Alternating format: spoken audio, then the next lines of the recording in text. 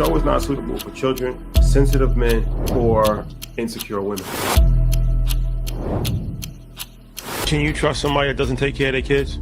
I don't trust no man on earth that does not take care of their children. What's the biggest red flag in a relationship? Low effort and not being honest. Most of the time, you would think that a bad financial mistake would be spending money on clothes or vacation or like spending money on women. My worst financial mistake was buying a home. Like a king, give me my crown.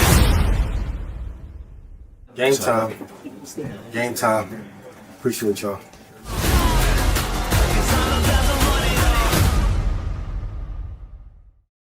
Yeah. Mic check 1, 2. What's the deal? Man, how you feeling, my brother? I'm good, man. How's everything? You coming in Dolby Digital? What? You a Kugler? Where you at? Man, this is the AI version. Got you. I'm not actually even here right now. Did you? Oh, y'all did the interview with Bovell and you figured out. Well played, my brother. Well, good to see you. That's a fact. We did the interview and figured out how to AI clone ourselves. Teach me the game, Ghost. Got you. Sure. Blackout every day. 100%. 100%. From the Maldives. I ain't mad at it. I'm not mad at it. What's going on, man? How you doing? I'm good, man. Happy to be in New York City. Been making some rounds, shaking. You know, it's campaign season for me, so I'm good, man. Happy to be here. It's a lot to talk about. It is a lot going on in the world, a lot going on in the music business, my lord. So I'm looking forward to today. For sure. So before we start, do remember we on Market Mondays we announced the semi-annual stock club sale, and this time it's including Sniper futures trading program. So if you want to take advantage and know exactly when to get in the top stocks in the world, what prices to buy, and the setup to actually start to begin trading futures, weekly calls, so much more as far as in the community. 50% off for 2 years. It was 30 slots. There's currently 9 slots left. So if you want to take advantage of that, ianinvest.com. There's 9 slots left. First come, first serve. This will be done probably by tomorrow. So ianinvest.com. And if you signed up Monday, you're already in the portal, you're in Telegram, go through the information. And I'm dropping stuff in Telegram every day because you never know when Trump will tweet something to allow Barron to make $100 million. So stay tuned. So tomorrow we got a dope episode with Rich Lou Dennis, the CEO of Essence Fest, founder of Shea Moisture, sold Shea Moisture for allegedly $1.2 billion, I think. Wow. And man, has funded over 100 Black businesses. A lot to talk about. So make sure you tune in tomorrow at 12 o'clock Eastern Standard Time for that conversation. Any announcements on your end? That's going to be a good one. Link in Telegram for the next stock club call. Prices, new prices for the week are on Kajabi now. If there's more that you want me to include, send me a message on Telegram and I'll get the ones ready for next week. And let's have an amazing show. Let's do it. So let's start off with so Jay-Z's back outside. Obviously, he's doing his campaign. He got Yankee Stadium 3 nights, sold out 3 nights in Yankee Stadium. He has the Roots picnic that he's going to be performing at. Yeah. He talks that he might be doing some more concerts in the city. So it looks like he might be getting up for a new album. 30th anniversary of Reasonable Doubt, 25th anniversary of The Blueprint. Time is fun. So, timeless catalog for sure. But today we're going to talk about... Huh? No, I don't got tickets. I do not have tickets. Don't have tickets. Yeah, you didn't call Lenny or somebody, Fat Joe, Jada. But in honor of the concert, to start off with a hip hop topic, Blueprint versus Reasonable Doubt. Which one do you prefer? I get the allure, no pun intended, of Reasonable Doubt. It was a certain era, promoted a certain had a certain je ne sais quoi to it. But I can remember to this day, like even Jay stepping on Fab rollout, because the album was supposed to come out on the 18th and he moved it up a week. Shout to Fab. I remember me and Chris Patton going to the mall to get the album. That blueprint is something special, bro. I think that's one of the greatest bodies of work in rap history. I know people like to say that it doesn't age well, but I think that's bullshit. I think that album has aged really well. And if you listen for that era, the incredible part about it, he manifested everything that he talked about from the blueprint through now, and we got to see it in real time. So, Hovey Baby and Ola Ovito, it's some hits on there, yo. I'm going with Blueprint. I know from the era you're from, cloth you're cut from. Probably not gonna pick Blueprint, but in terms of body, the Just Blaze, Bink, Kanye, that war they had going on at that studio, and the hits they made from it, I'm going Blueprint hands down. But what about you, my brother? I'm gonna definitely go. I mean, it's tough for me. The album that was the most impactful for me was Reasonable Doubt. When you talk about, Can't Knock the Hustle. When you talk about Politics as Usual. When you talk about Brooklyn Finest. When you talk about Regrets. When you talk about, that was like the soundtrack of just that motivational era. And at that time, Jay-Z wasn't really a huge artist, even in New York, like that at that time. Like, at that time when Reasonable Doubt came out, 1996, I mean, that's the year when It Was Written came out. That's the year when Big was cooking. That's the year when AZ. I remember I was telling my cousin about Jay-Z, and he was like, he didn't know who Jay-Z was. He was like, "Oh, you talking about AZ?" I'm like, no. It was on Jay-Z. fire. I'm like, yo, his name is Jay-Z. Like, that's when the first video came out, when he had the Lexus. Pac So was on fire. I thought it was a very introspective album as far as, the maturity that he was rapping with. I think he was like 26, something like that at that time. But the maturity that he was rapping about, of not just the street element, but just the ambition. I'd rather die enormous than live dormant. That's how we own it.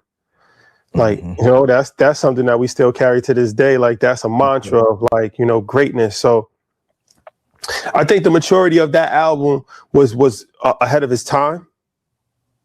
Like, he was rapping like he was like 45 years old. Like, he was the things that he was rapping about, as far as the stress that comes with the street life and the paranoia and wanting to get out and, trying to figure out a way, and the ambition of it all. And it was a very introspective, ahead of his time album. Blueprint. But let's look at Blueprint. The Rule Is Back, Takeover, Girls Goes Girls, You Don't Know, Heart of the City, Never Change, Song Cry, All I Need, Renegade, Mama Loves Me. Come on, man. Name every song. Name every song on Blueprint. Let's start. Let's name the Blueprint song one by one. Number one, Rule Is Back. Number two, all right. Let's take it one by one. So, Rule Is Back. That's the first song. Yes. Okay, that's all. What's the second one? Takeover. God MC, me, J-Ho. What? Okay, what's the third song? Izzo. That's the commercial song, single. Okay, but that's Kanye produced track. What's the fourth song? Of course, I Love You. Girls, Girls, Girls. Classic. What's the fifth song? Jigga That. See, that song to me is Jigga, Jigga That, Jigga. It was a commercial. Mix it with closer. Track Masters, maybe. Maybe. That song to me, I never really doubted it, but that was never really my favorite song. You skip that, you love the next one though. You Don't Know. Yeah, 100% classic. What's the next one? Timbaland and Hove, Ola Ovito. Ola Ovito is like that's kind of like the other song. Ola Ovito. I never really wasn't really. Y'all better go to the post office and get a job, I'm a Yeah, Ola Ovito. I think he could have kept that one off the album. I just like the album of like just pure hip hop, pure. So Reasonable Doubt. I'm not gonna do that. No, what's after that song? What's the next song after that? Ain't No Love in the Heart of the City. That's okay. That's certified. What's after that? Never Change. That's after that. And then that's it. Song Cry. And then what? All I Need. And then what? Renegade. And then what? Mama Loves Me. And then what? Lyrical Exercise.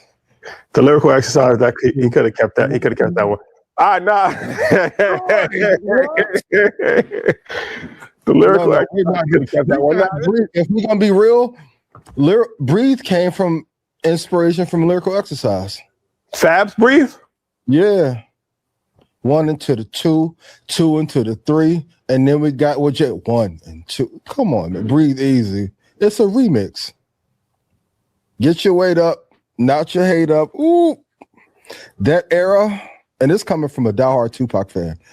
When me and Chris Patton, shout to my guy, heard that shit, I was like, Jay-Z is probably the best ever, yo. Probably the best ever.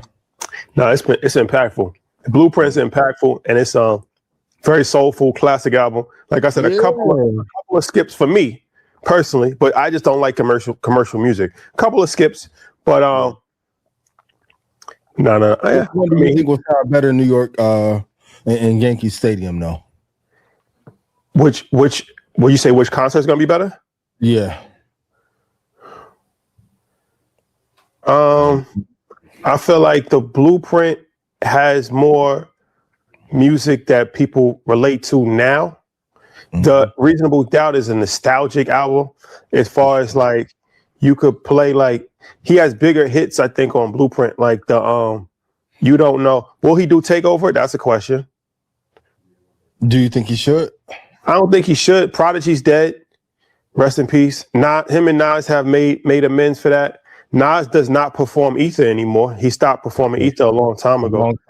Yeah. But if you're going to do an album, I guess you have to do that. The lyrics and give homage to them in certain kind of, But then he also just came out with the GQ interview and said that he thinks that battle rap should be done.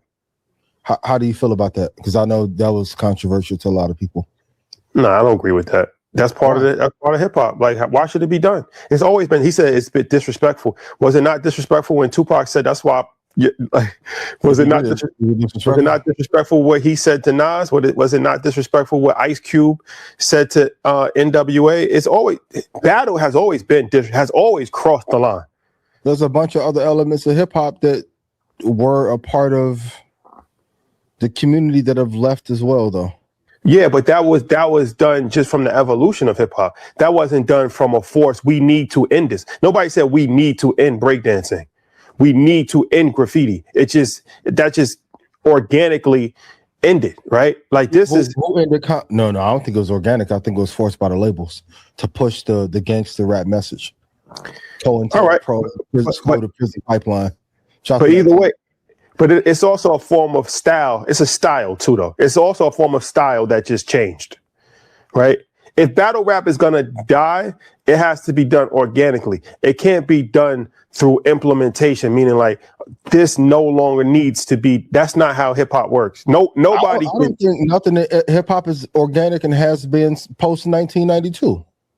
It was Geffen and Jimmy Iovine and fucking Dave Mays and Leor. I get this. There's a lot of violence in hip hop too, but I think a lot of that was brought in for marketing too. So I like the competitive nature of rap. I know people always say that, but even with that, who made it a competitive sport for commercial use? Because all the people who created the beef records didn't benefit from them. I think there's a misnomer because of Hit 'Em Up and maybe Who Shot You that people think those beef records are profitable. Most people aren't benefiting from them beefs. I mean, Kendrick did for sure with the battle with Drake, and Drake did with Meek, but overall, well, to my understanding, that was a core principle of hip hop from the beginning, was a battle. This goes back even before KRS said the bridge is over. Like, it might not have been like we gonna fight. I think that it changed over the course of time. To me, it's a friendly competition of like, yo, your hat is whack, yo, your glasses. Like, you know what I'm saying? It's just like we just, but it's, You think but my that's hat whack, though? nah, I like your hat. But Clip it that's up. that's a unique element that hip hop music has that no other genre of music has. You don't see R&B singers like now, they probably do, but it's not like R&B wasn't built on who's the best R&B singers. We got to battle out. They might not have liked each other behind the scenes. They were fighting in their own groups. They didn't create music songs about each other. Like there wasn't jazz musicians creating jazz melodies about.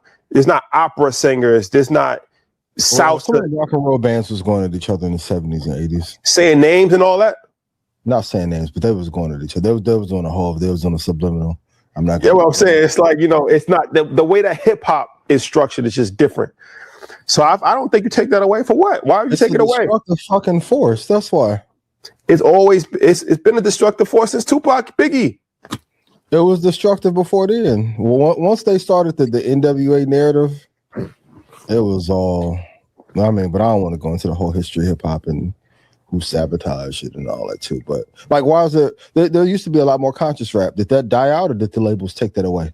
Well, now they're saying that Ruckus Records was funded by Fox News as a way to actually counter revolutionary with a more tamed version of positive rap that's not really like threatening, but it's still positive, but it's like, you know, not threatening like revolutionary type of music. Yeah. I don't know. But put it in chat. What do you think is better? Reasonable Doubt, Blueprint? Shout out to Jay. Shout out to Jay. If he would have put out that Blueprint 2 and made it one album, he would have had two classics back to back. Hovey Baby off the rip. Ooh. Boy got some fire on there. Yeah. Is Jay and Kanye going on tour back to back a recession indicator? A recession indicator, maybe. Maybe for sure. Like what you say all the time, like when you see, you know, people that don't need to work traditionally start to work overtime, it lets you know that it might be a sign of the times for sure. So yeah, you see Kanye back in America. You see Jay looks like he's about to put an album out. You see Michael Jordan at every single NASCAR event. He doing more press than ever. I mean, it's that time. You know, Floyd got 3 fights announced and potentially get your tickets to InvestFest. For sure. Get your tickets to InvestFest, investfest.com. Like, you know what I'm saying? It's like it's one of them ones. Like, this is a pivotal moment in history. And I think that the Iran war, I think the oil prices, I think the stock market, I think real estate, I think hyperinflation, I think all that plays a part as far as credit bubble that's about to blow up that I told you guys was in trouble. It is telling. Even yesterday, I sat down with Joe and the guys. Guess who was there doing PR? Who? CEO of Prospects. You just exited for allegedly $1.6 billion. But now you're rebuilding. Magic told you last year. You got a limited window, yo. All the builders are built. I go back every time to Jack and that fan in the bed on the floor. That should have told you. Elon now is saying, hey, let's speed up this time for IPO for SpaceX. I don't want to wait 3 years no more. That should tell you something. Everybody, Rashad got a camera streaming live in fucking Bali right now. Shout out to Ryan Coogler and Troy Mike behind the scenes. It is work. Look, I got up at 4 o'clock this morning. I ain't been asleep since. Ooh, let's get to it. It is grind mode. So I definitely think all these events popping up because Kanye haven't done a concert in the States since when? The Hoover concert, maybe? Yeah. Bro. And he been killing in Japan. I had some friends who went to the Mexico City joint. That shit was sold out. So if all of them are working, it's telling for sure. It is telling. It is telling. Well, on that note, let's show this clip as far as to talk about inflation. and how inflation is really the Joe Rogan clip about inflation and how it's manufactured. So explain this to me. 50 years ago, a barber and a waitress could buy a house with a big yard for a dog and raise 4 kids, meat and potatoes on the dinner table every night. And now an accountant and a lawyer can't do that. Why is that? Well, there's a lot of spending and a lot of making money, a lot of just cash, turning, just making dollar bills with nothing behind it, nothing to back it. This is the biggest fraud perpetrated on the working class people in the last 100 years. Printing money is just insane. It's just the idea you just print more money. It's like, and people go, oh, okay. Well, it looks painless at first, but if you have an economy with 10 apples and $10, it's $1 an apple. You double the number of dollars to 20, but you still only have 10 apples. Well, all of a sudden it's $2 an apple. It's not that the cost of apples has gone up. It still costs the same resources to grow and pick the apples. It's that the price has gone up because the value of the money has gone down. Right. So in America, over the last 55 years, you've doubled the number of homes in America from about 70 million to 150 million. You know how much the money supply has grown? 30 times. So you have twice the homes, but 30 times the cash. So what's happened? Housing costs have gone up 15-fold in 55 years. And now an entire generation of kids can't afford homes. We had exactly the same problem in Canada. This is the biggest wealth transfer from the working class to the elites, from I say the have-nots to the have-yachts.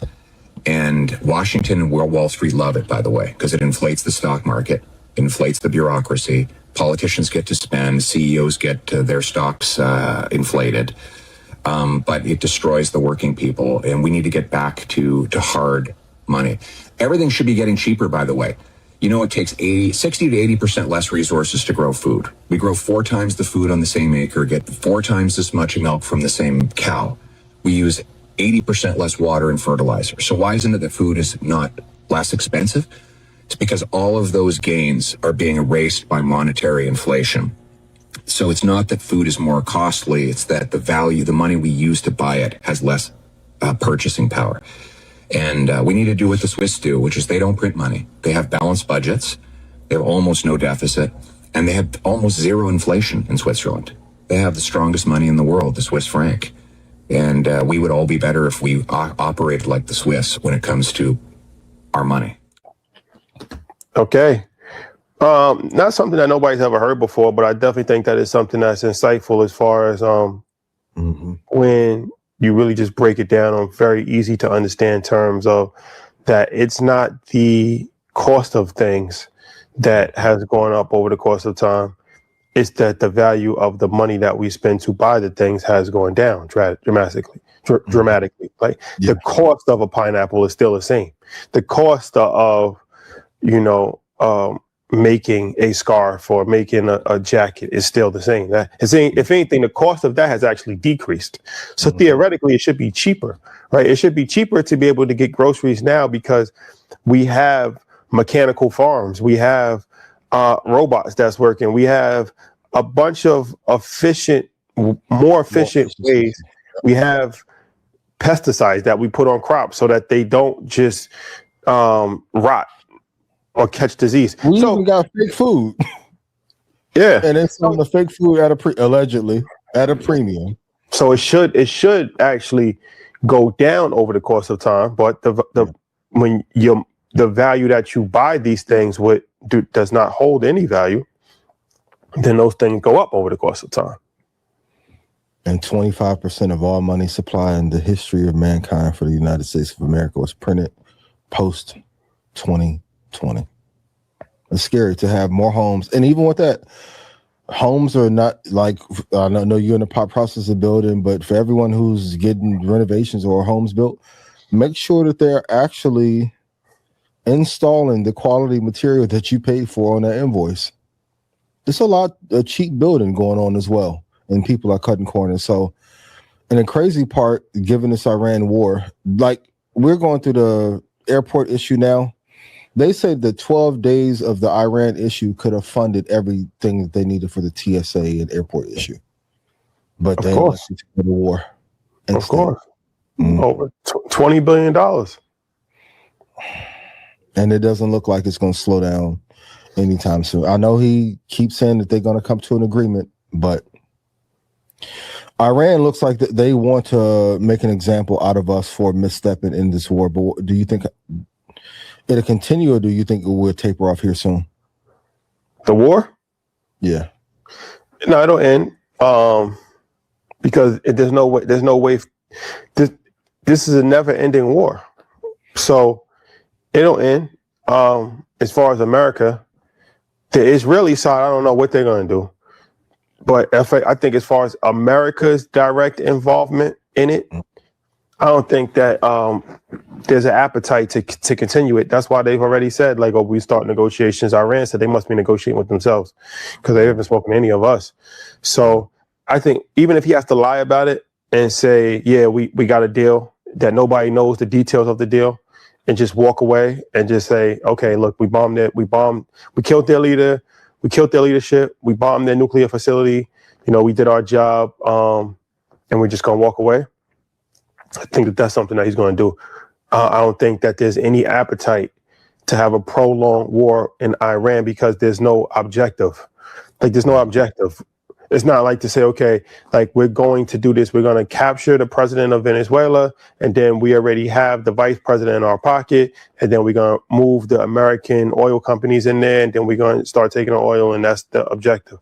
That's not going to happen in Iran. It's a lot more complicated than that. And it's going to take a very long period of time to try to figure that out. So I don't think that that's something that they have the appetite for. Yeah, the administration said they would like a plan to include the dismantling of Iran's nuclear program. Oh my God. Ceasing support for proxy groups and the reopening of the Strait of Hormuz in order to come to an end to this war, along with 13 other things. So hopefully this gets resolved very soon. But yeah, I mean, the good thing about negotiation is that when you can just ask for things that's already in existence, then it makes you look like a genius. So you're asking them to dismantle their nuclear program. They already did. There was already a deal in place. President Obama already had a deal with them. They had a religious fatwa that said that they can't do this. And even after that, you already blew up their nuclear facility, I thought, 4 months ago. So that's like coming, I've already given up all jewelry that I have, and then you're like, okay, well, in order for me to have a peace treaty with you, I'm going to need you to no longer have any chains.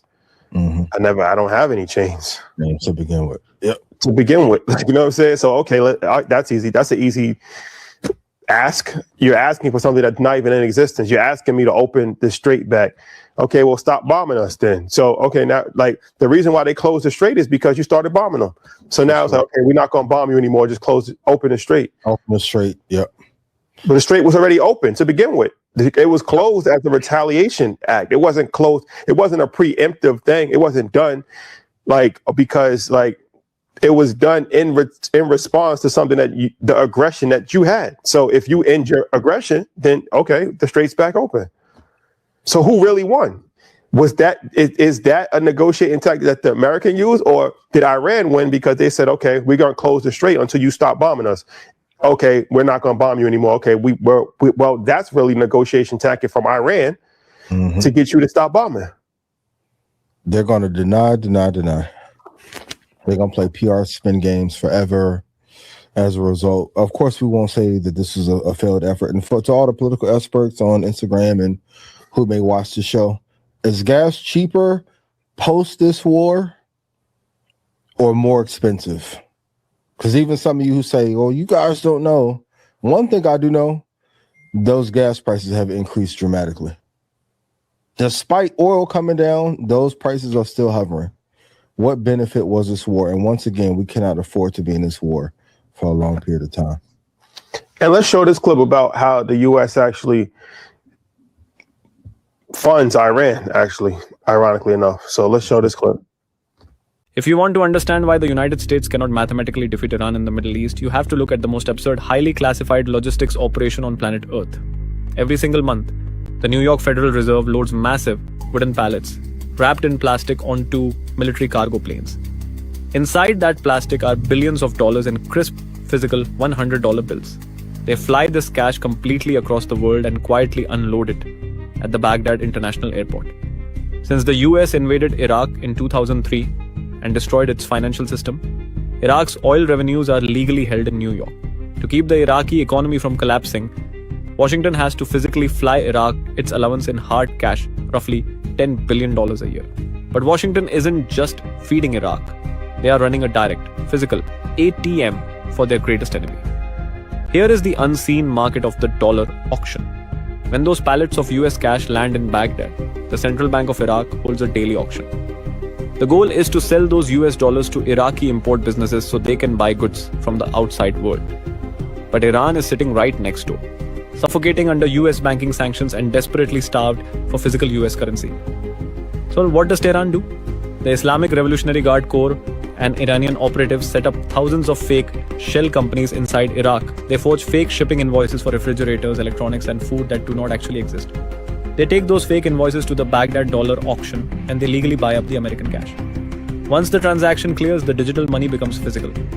Those crisp $100 bills flown in by the US Federal Reserve are loaded into the back of unmarked trucks, driven straight out of Baghdad, and smuggled directly across the border into Tehran. The United States government is spending millions of dollars to enforce a global financial blockade against Iran, while simultaneously flying billions of dollars in physical, untraceable cash to a country that shares a porous 300-mile border with them. It is the greatest, most ironic geopolitical heist of the 21st century. And here is the most terrifying part of the math. Washington knows exactly what is happening. The CIA and the Treasury Department have tracked the smuggling for a decade. But they are trapped in a geopolitical hostage situation. If the US Federal Reserve stops flying the cash to Baghdad, the Iraqi economy instantly collapses. The dinar hyperinflates, and the Iraqi state falls entirely into the hands of Iranian proxies. But if they keep flying the cash, they are literally, physically, funding the exact regime they are trying to sanction. The empire isn't being defeated by missiles. It is being bled to death by fake invoices. Stop watching the politicians. Watch the cargo flights. Welcome to the unseen markets. Okay, interesting to know. Yeah, you know, they come, they take over Iraq. Iraq has to ask them for an allowance on their oil, and they ship billions of dollars from New York to Iraq. And Iran sets up fake proxy companies in Iraq to extract the money. Allegedly. So, just for legal purposes, allegedly. So now it's a triangle. It's a triangle offense. Kind of like the circular investment in OpenAI. Speaking of which, or AI in general. But go ahead. I'll get to that later. Go ahead, Rashad. So, yeah, it's a little bit more complicated than just one thing. It's like, okay, you stop sending money. Now you collapse the Iraqi economy, and now that falls right into Iran's hands. Yep. So you got it. So really, who's getting extorted at the end of the day? You got to plan these wars out better than just saying it. This isn't Call of Duty. Like, if you collapse a country, you're going to create regime change for sure. But then as a result, there's going to be different factions that pop up to take over that territory. Same in the underworld and like the Midwest. Like, once the big leaders went down, now you have a whole bunch of little cliques in different sets, street by street. And once again, this is out of the playbook of Confessions of an Economic Hitman. Like, if you don't structure the destabilization of a country properly, one of your enemies will take over that territory, and now you have to pay them to keep it solvent.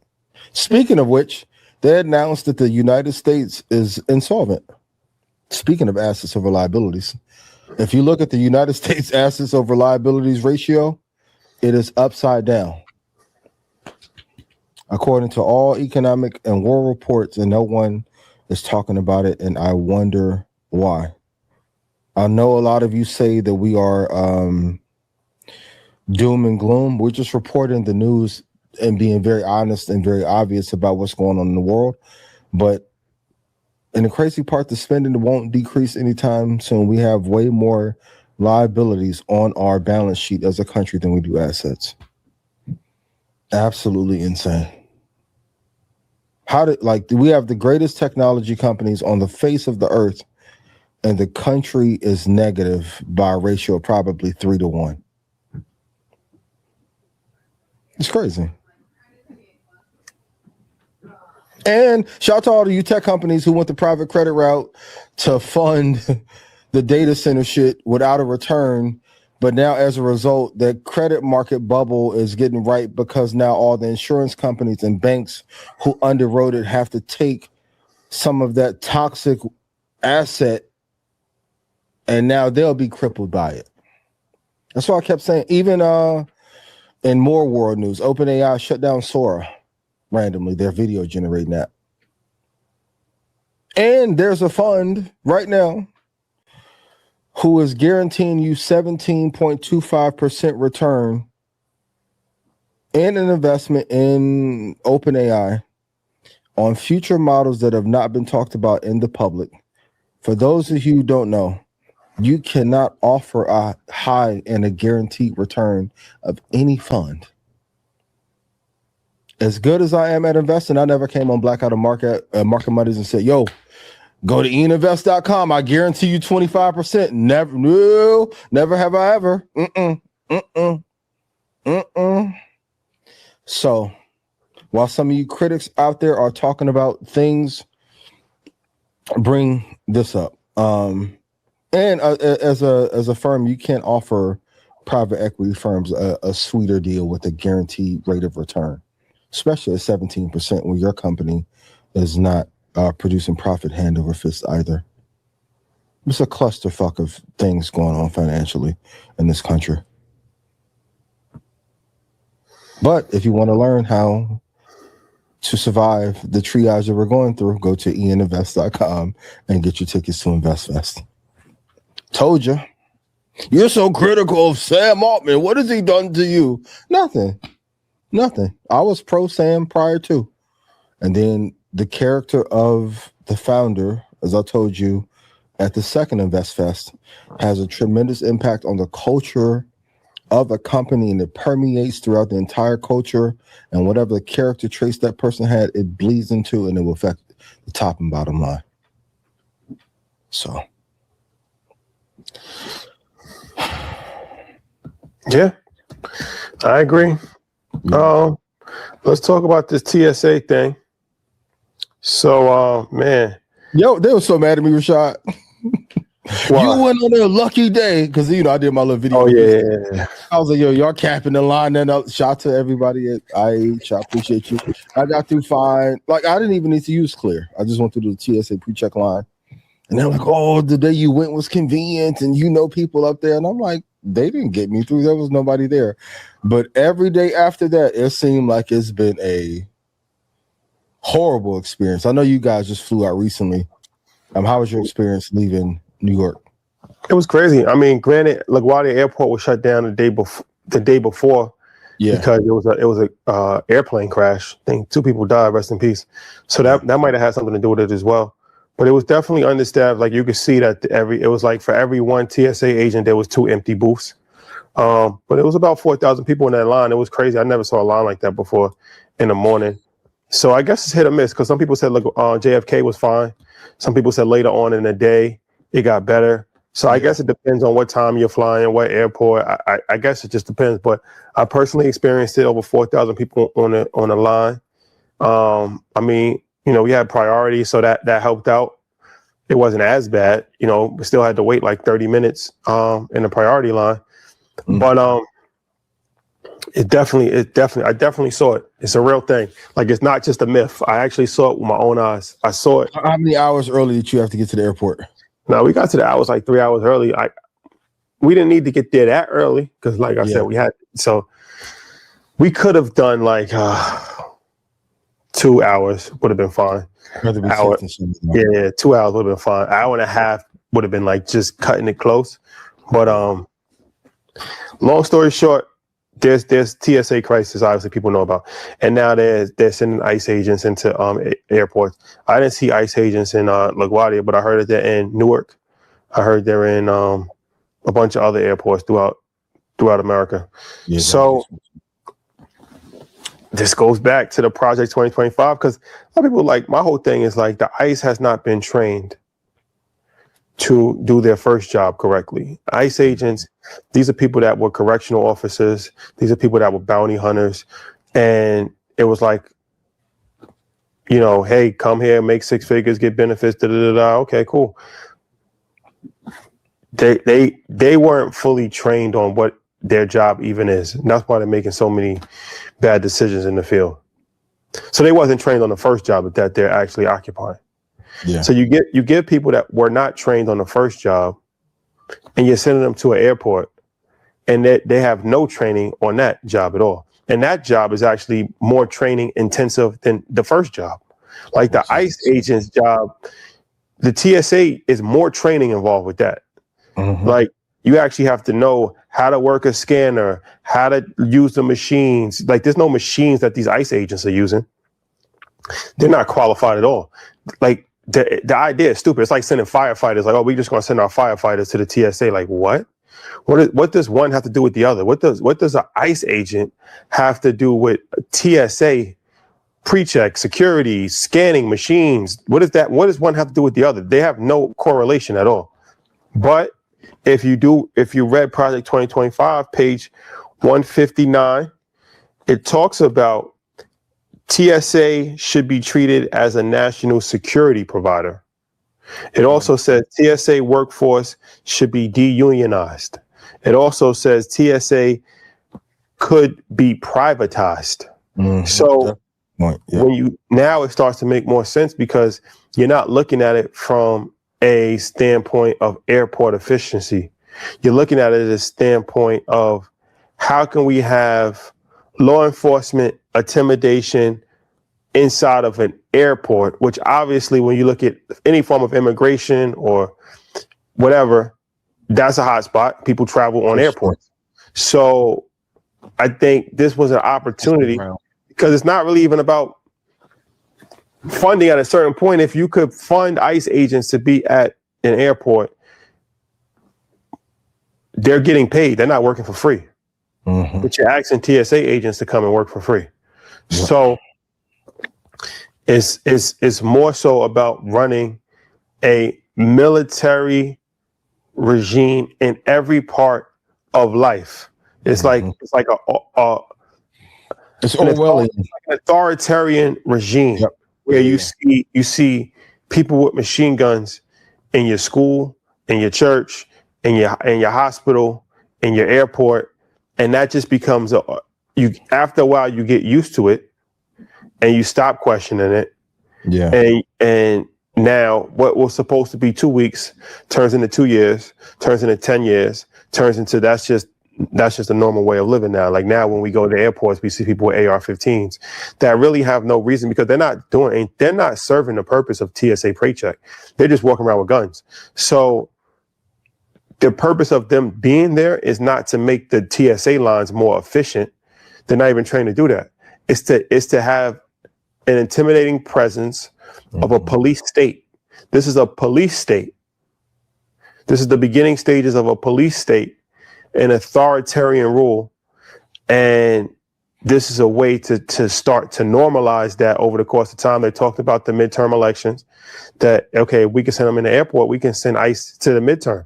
Now, when you go to vote, you got people with machine guns in your local schools, in your local, wherever you're voting, you're going to see people with masks, machine guns, asking for ID. It's a very intimidating presence. Yeah. That's done for voter suppression. That's done to keep people in power. Mm-hmm. Well, what would be the benefit of privatization? Well, there's no union, so that you can do whatever you want. You can fire whoever you want. You can implement any rule you want. You can,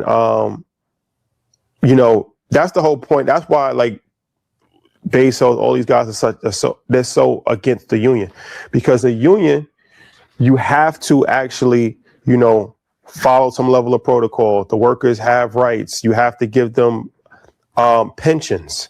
You have to give them retirement plans. You have to give them health benefits over and over. If you just have a bunch of freelance workers that's just, here today, going tomorrow, you don't have to do any of that from an economic standpoint. Absolutely. But you also don't have to have any chartered protocol to actually follow. So now you can actually just do really whatever you want to do. And if you don't like it, if they don't like it, then fire them and hire a bunch of new people. And you create an economy so bad that people don't have any other choice but to accept it. Exactly. Mm-hmm. Or hire incredibly young. I'm noticing a trend even in tech and some other companies. If you catch them early enough, and let's say you give them a salary of 150, 200, they're going to be indoctrinated through the philosophy that because you're paying them so well, they're not going to resist against the machine.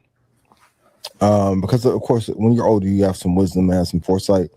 But I think this is just a continuation of what's been done post 9/11 anyway. Because we've lost a lot of privacy and freedom rights. This may be the cherry on top if they get this off, though. Yeah.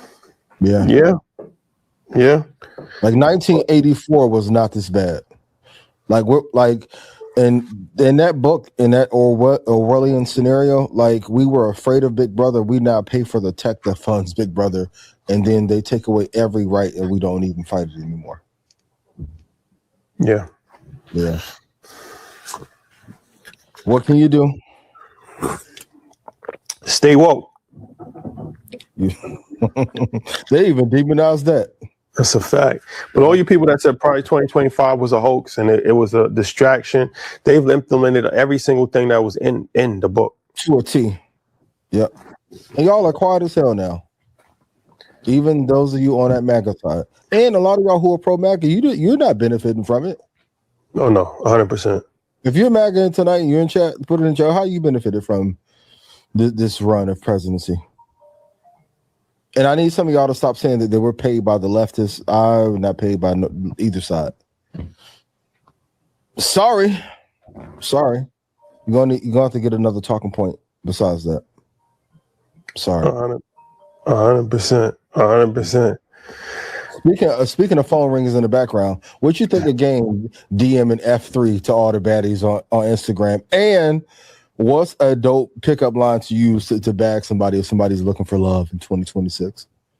Shout the game, you my guy. But salute game. You think it was corny? Or you think it was creative? Oh wow.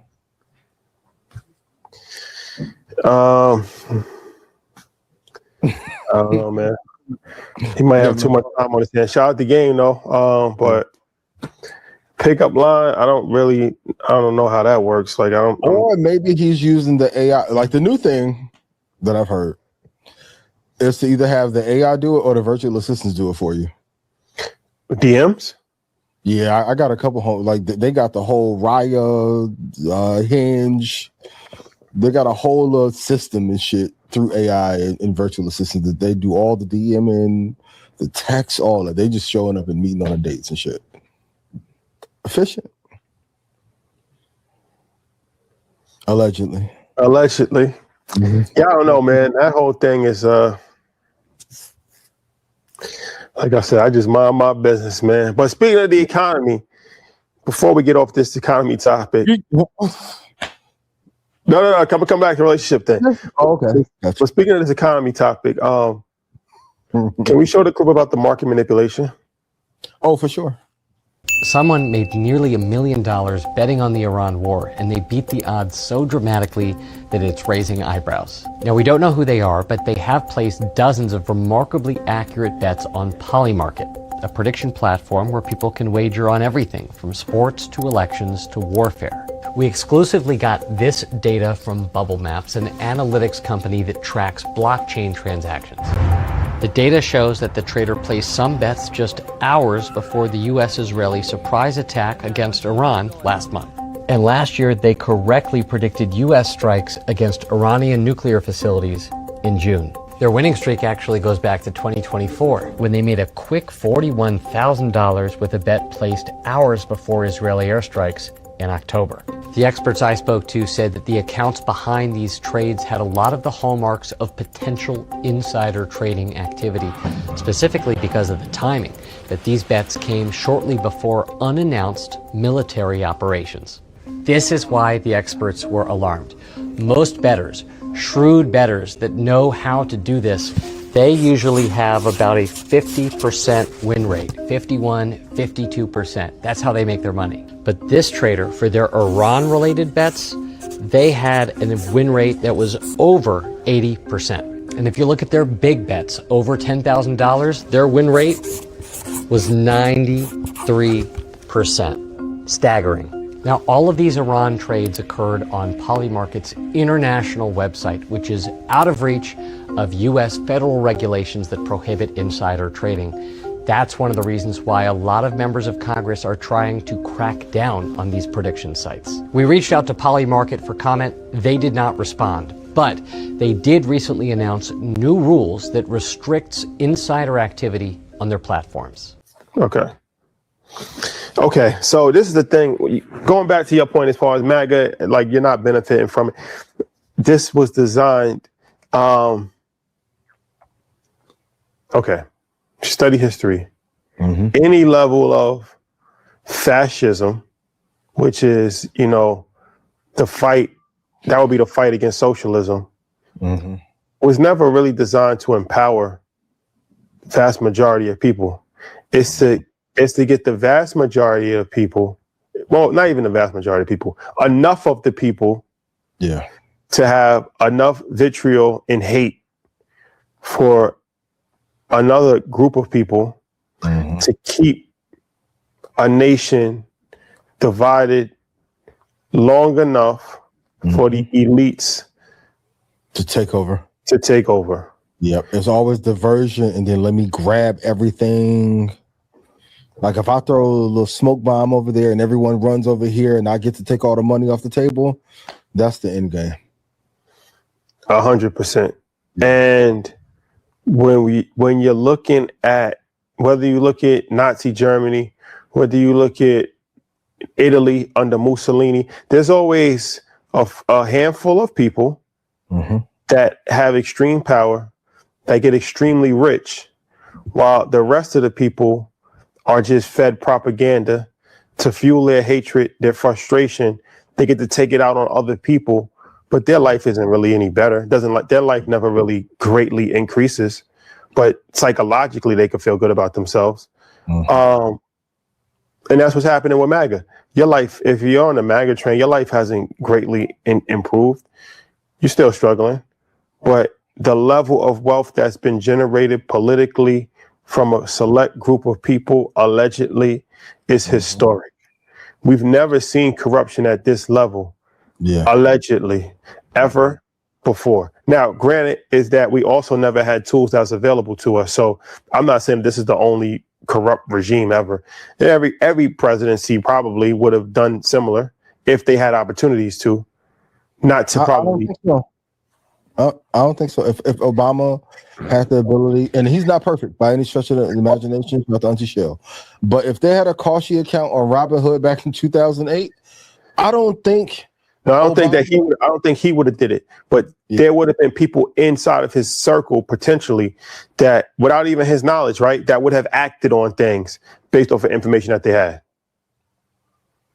I don't think he was surrounded by all great people. No president is surrounded by all upstanding great people. But not to the scale. Like, I've never known, and I'm not a historian, I've never known a president to get in office and then make allegedly around $3.46 billion in 1 year.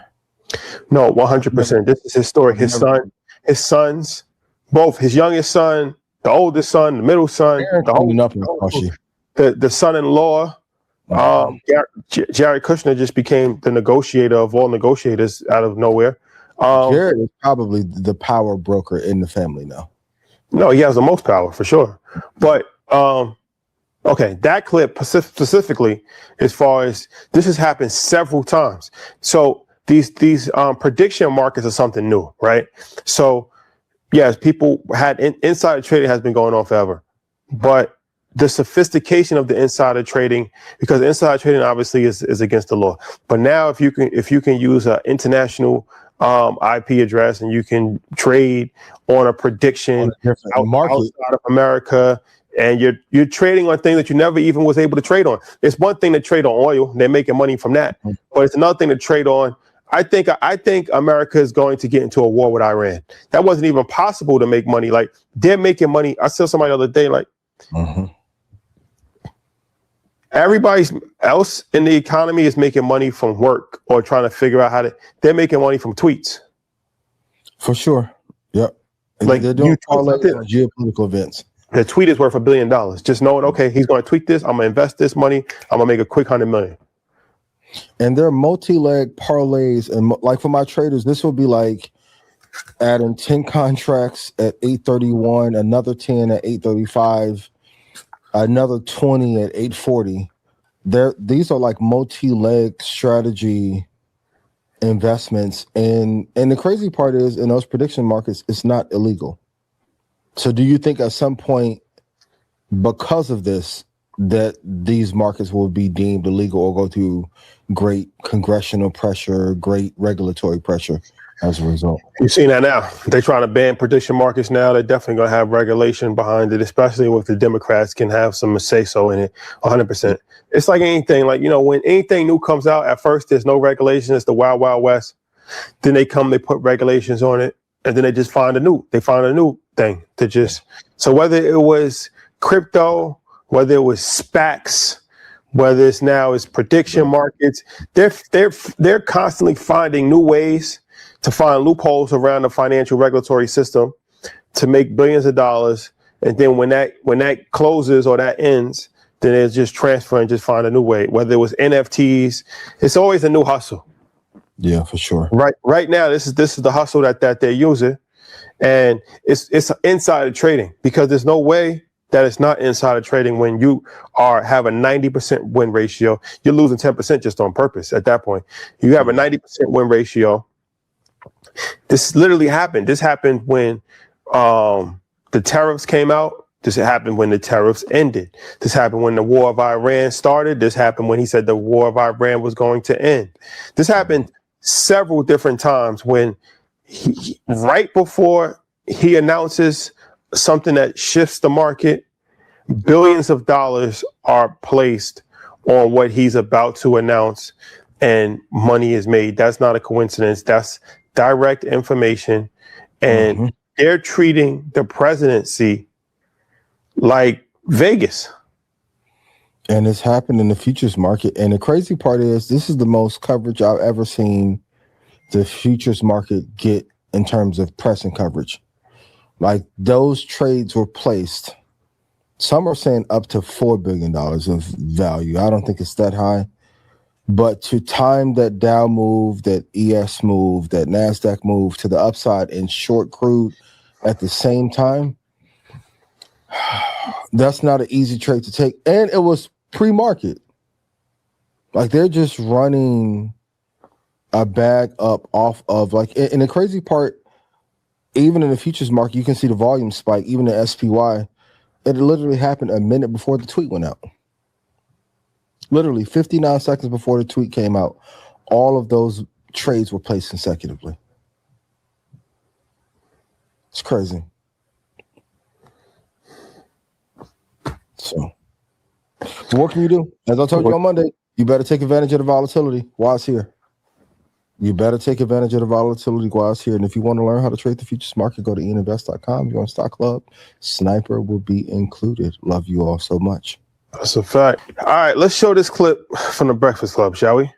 So we're seeing a shift in how people are thinking about relationships. So more people are moving away from the traditional idea that love means living under the same roof. So new research, it shows that nearly 40% of people say they rather not live with their partner, even in a serious committed relationship, even marriage. People are hurt.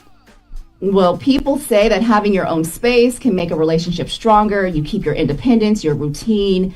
And you're choosing each other, not just the space, but everyone's not sold. Others say living apart can create distance, making it harder to stay connected and build long-term commitment. So I think the question is, can you really build a future with someone if you're not living under the same roof?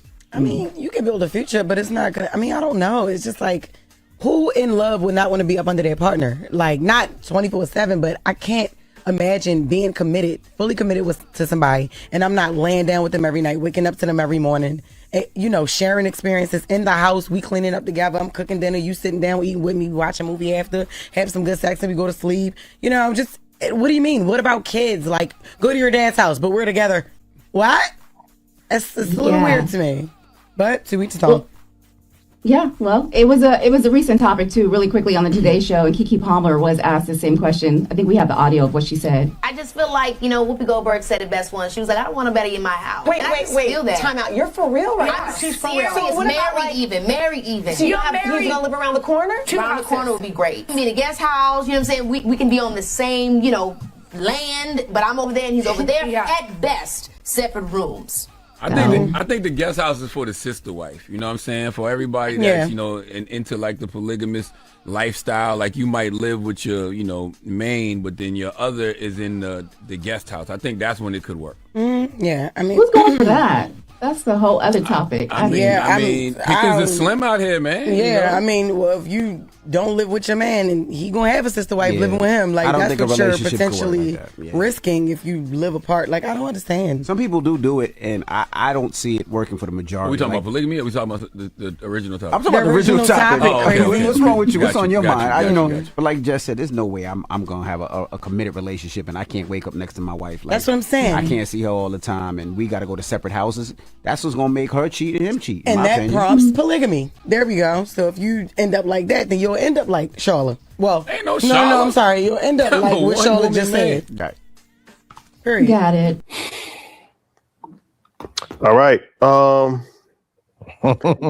Interesting perspective. Interesting perspective. So, what's your thoughts on that? Nope, you first, my boy. I think it was.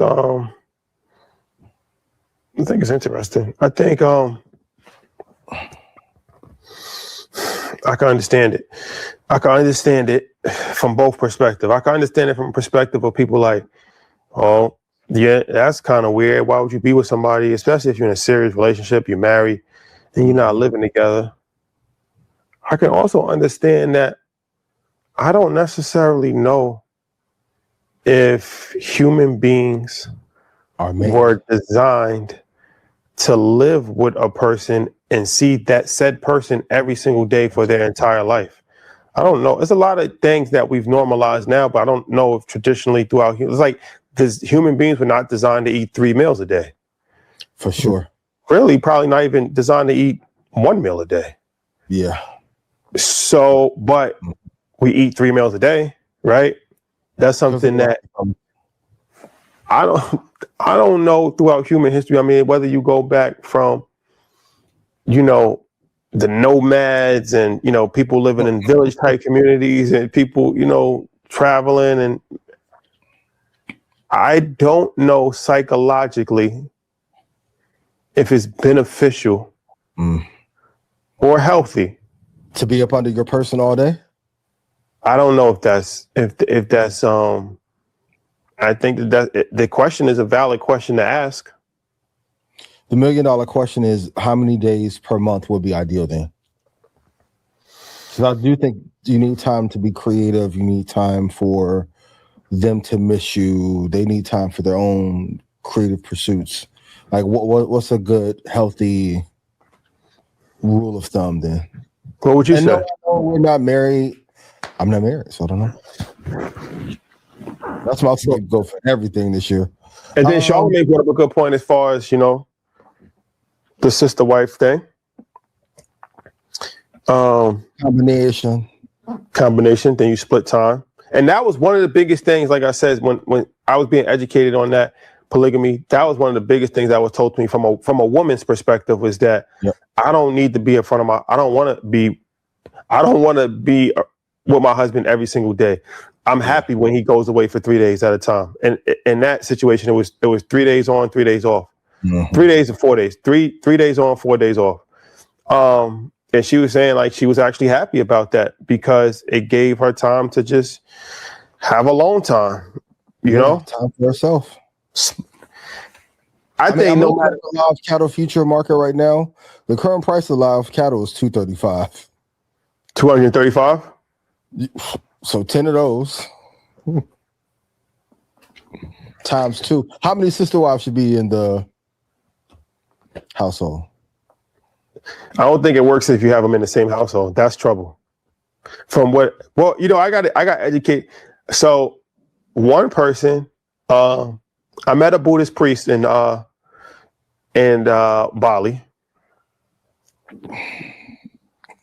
I know this is what y'all starting to fly, Joe. Yo, what you want me to do, man? That's a fact. It's a fact, man. It's I was playing tennis with Maria Sharapova, right?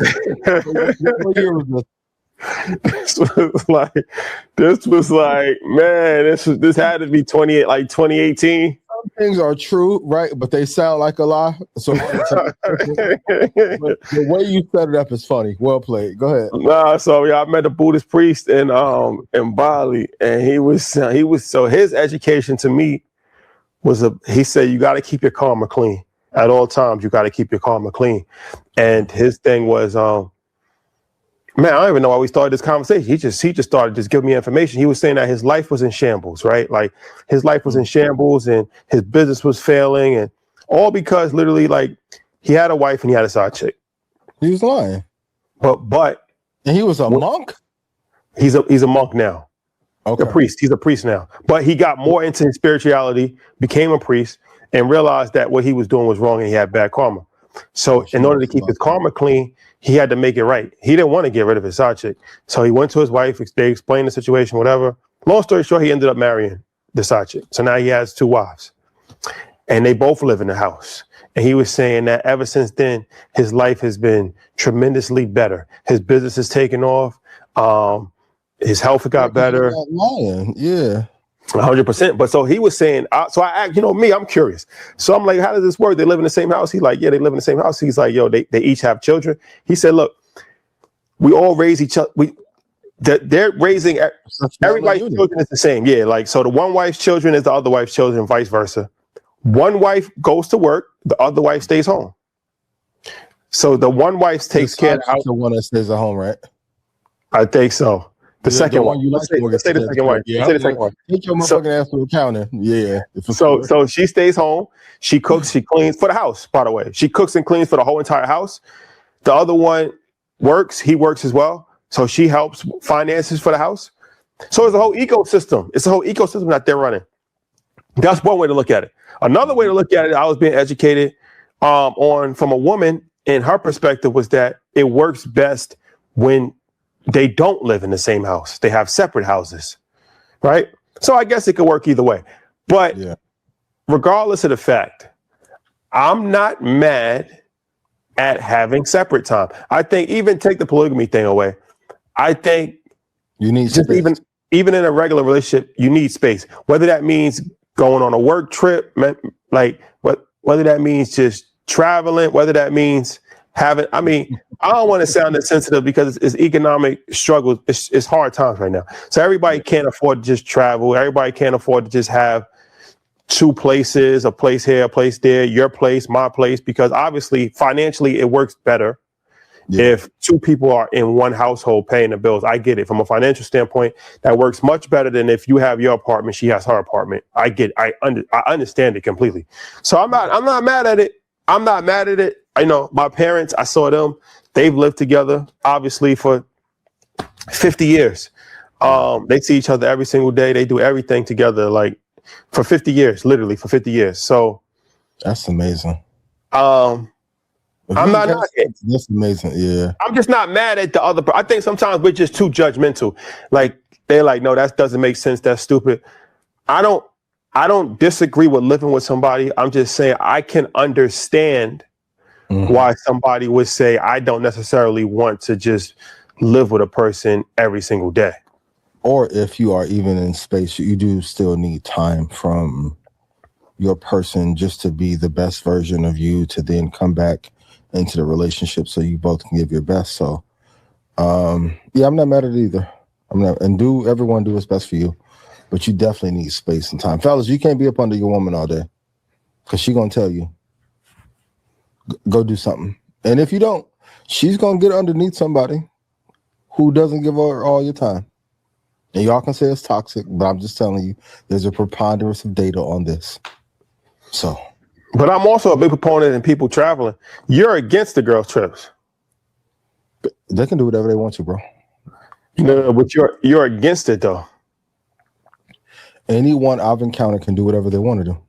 So if you're with somebody, if you're in a relationship with somebody, and they say, "Hey, I'm going on a girls trip to Thailand," you have no problem with that. I'm gonna go on Expedia for you. You're gonna go on Expedia for them?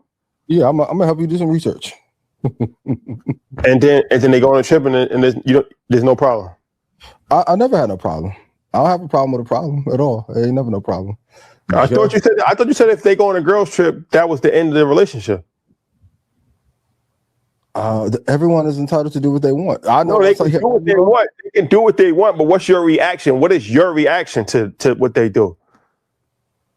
Oh, I'm gonna play in another puddle. You're gonna play in another puddle.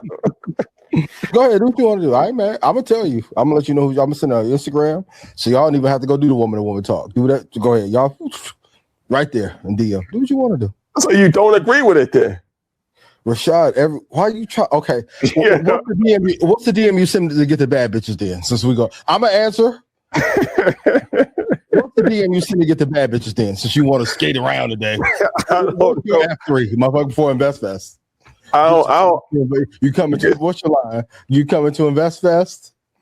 You coming to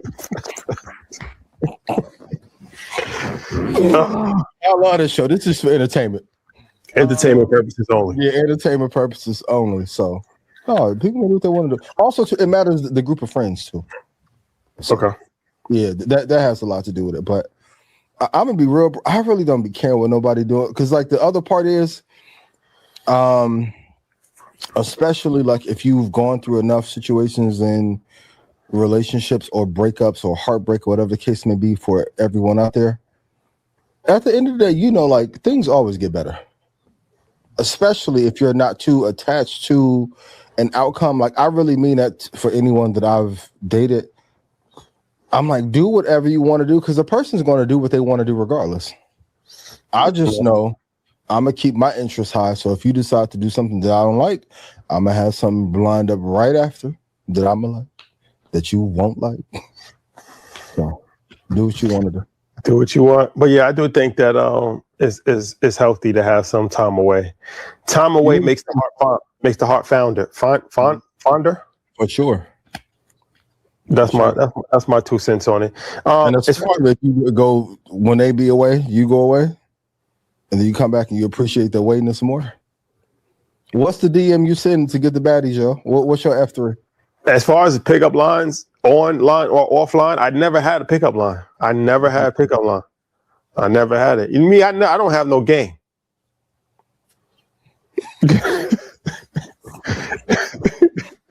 Wolf, you hear this motherfucker, boy? It's just a fact. You gave a blueprint last year on how to get the You made hard something. I forgot the blueprint, but have you upgraded that?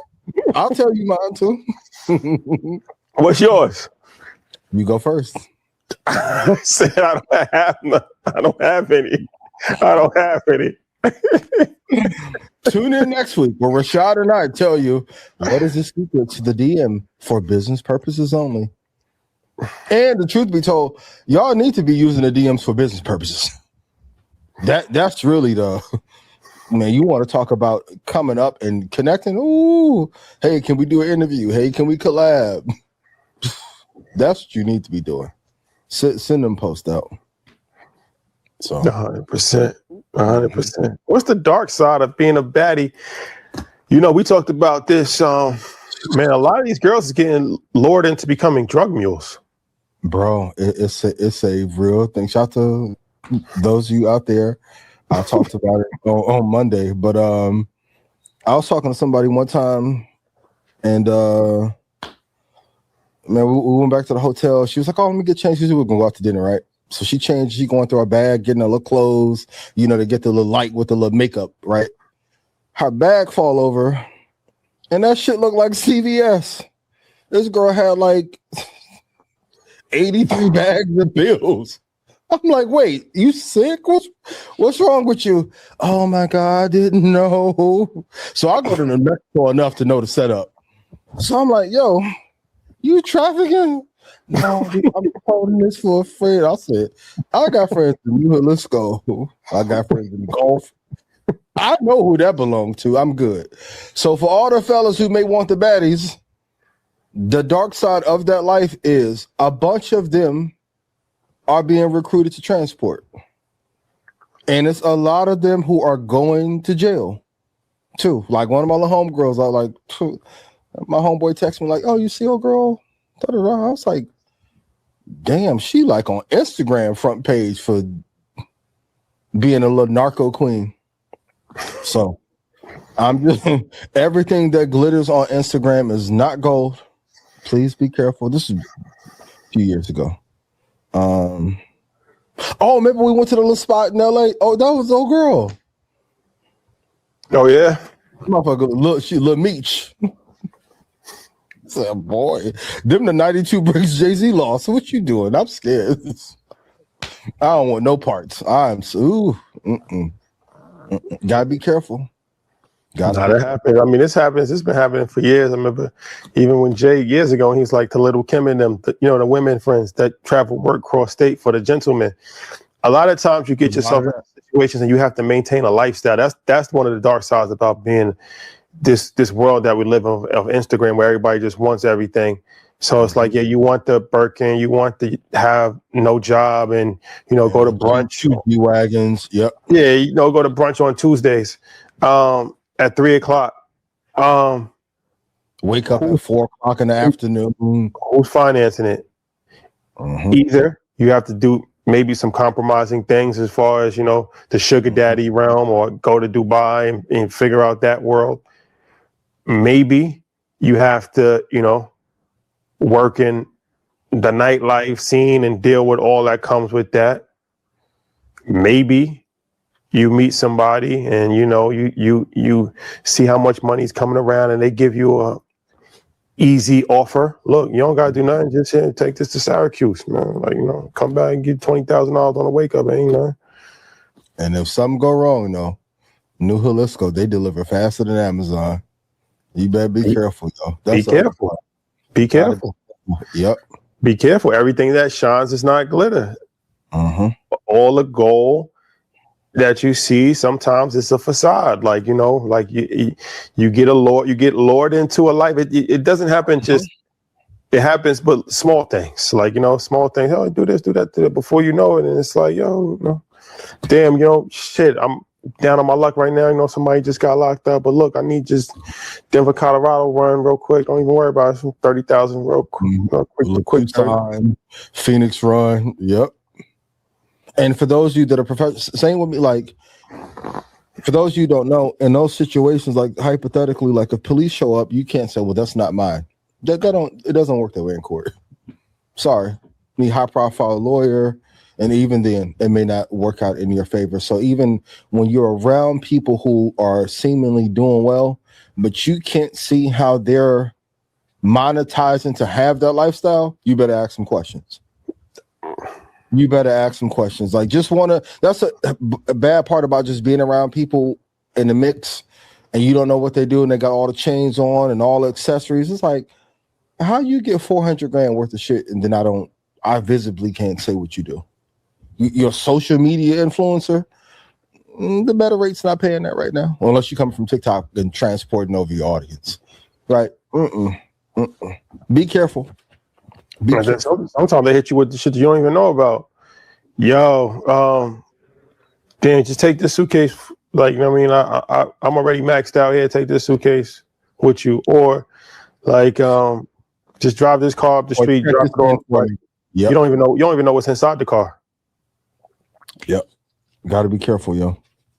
Gotta be careful. Let me leave this at your place. No. Or fellas, be careful because sometimes you may get set up at the airport. Be careful of she's being helpful with your bags and you take hers, and I should be right there knocking on you. It's in your possession. Be careful. And make sure you have a lock. Make sure you have a lock on your bags. For sure. Toomey. I get the Toomey luggage with the lock on it. I don't have any luggage that I'm checking. I don't have any bag that I check that does not have a lock on it. Right. Yep. Now, granted, TSA can still pop the lock. I get it. I understand that. But there's a certain level of security that I need. You better be safe than sorry. I need to have my bags locked. So that's what I would advise you guys. If you're traveling, best practices, any bag that you're checking, make sure that bag has a lock combination on it. Oh, when you put up the post and it say, get the episode comment blackout, that's the DM. You brilliant. If you want to see more information on how ladies should make money into the market, comment women investor. Comment blackout. Smart. You smart. Blackout. Oh, y'all gotta be careful too with the Louis luggage and all that. What you mean? You're making yourself a target. So when you have all these designer bags, the Louis luggage, the Goyard luggage, all of that, right? Like especially the ones that you check. Yeah. Hey, there's a good chance that those bags usually don't have combinations on it. Workers at the airport steal stuff out of bags all the time. For sure. They go through shit all the time.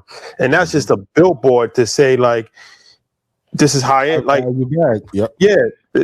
Hello. Like, you know what I mean? So it's like you can get targeted. You can get targeted. Okay. You can get targeted from people that work in the airport. They steal stuff. People in the airport steal stuff all the time. That's another reason why I started using stuff on my bag, because they stole stuff out of my bag a few times. For sure. Yeah. There's people that track you from the airport. Oh, for sure. That's especially if you go into some of these countries. You go to DR with the fucking Louis luggage and all that, and you got they got a text network, Chateau, but as soon as you get in the airport, they get to hit in that WhatsApp group. Yep, Francisco right there in the corner looking at the shit. Now he sent word to Juan Jose in the cab, and now before you know it, you end up in fucking the slums of Portugal. You gotta be careful. You thought you was going to the resort. You ended up in the slums of Santo Domingo. Like, you got to be careful. Colombia, you guys is going to all these countries, Colombia and DR. Be careful, because it's like the women can set you up, but you don't want to be a target. Like, you don't want to do anything that's unnecessary. Like, to me, having a whole caravan of Louis luggage is unnecessary. Bottega shit, yeah. And then you got the signature damier on it. It's not even the discreet Louis. It's the signature damier. Yeah. Like, you know what I'm saying? In brown, by the way. Yeah, not even the blue or the black damier. You got the brown damier bags. Like, hello. For sure. Kidnap me first. That's what you're saying, right? Like, jewelry and all that. Hey.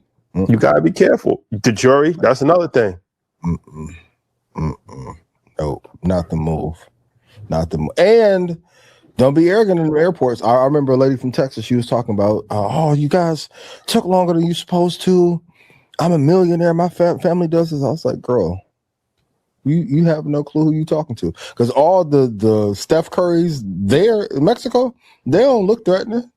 And then shit pop off. It'll be another game. You just be low key, be chill, be careful. Yo, the lesson of making money, like, you have to watch for every potential situation for where you can lose money or someone can try and take the money from you. Go ahead. The craziest thing I seen at the airport was we went to Kenya, and they have at the airports, they have different lines. They have a citizen line, they have a non-citizen line, they have a diplomat line. I don't know if people ever noticed that, but they have a line just like if you have a diplomatic passport. There's a thing called diplomatic passport. Yeah. If you have a diplomatic passport, you can go through a different line.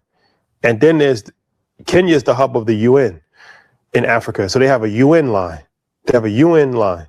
So the UN line, obviously, that's like a short line. There's nobody on the line. Yeah. White lady came. She went to the UN line. They're asking her for the credentials and all that. They're like, what's your UN passport and all that? She's like, no, I don't got to show the American passport. Like, well, you can't come to the UN line. She's like, I'm funding the UN. My tax dollars are funding this shit, so let me through. Level of entitlement is crazy. Yo, different, bro. Yo, different level of entitlement, bro. Different. With no apology, just like straight up and down with it. And also, don't bring your American arrogance to other countries either. A, it's not tasteful. B, it can get you into a lot of trouble. Please be careful. Locked up abroad. For sure. You do not want that. You don't want to be locked up abroad. You ever get locked up abroad? Yeah, what? No. You ever almost get locked up abroad? I did. So I was in Bali? Thailand, right? I was in Thailand. So this is something. You also too beat up the whole gymnasium and robbed everybody. In Westchester, right? After AAU practice, I put on 50 on Rip Hamilton, then I robbed. Oh man! But these are real stories. Go ahead. What happened? It's a learning experience too. So we get to Thailand. It was me and Jamal. We was 20 that same trip, 2018. We get to Thailand. So man, it was the longest flight ever, man. It was like 20-hour flight because we had to fly from New York to Taiwan, and then so that's like 15, 16 hours. Then it's a couple hour layover. Then it's another 5-hour flight from Taiwan to Bangkok. So we did all of that. We've been traveling for damn near a day. We check into the hotel in Bangkok. We like, yo, we want to see the city. Like, it's like nighttime. It's like 6 o'clock at night. We check into the hotel, drop our bags off. Yo, we outside. Like, we outside. So we catch a cab. And now this is a cab that's like a golf cart type thing, like open. Yeah. So they like, yo, that's how the city. I'm all right, cool. Take us here, take us downtown. Like, so we driving for like 10 minutes. And then it's a decoy. It's like a traffic stop of a cop.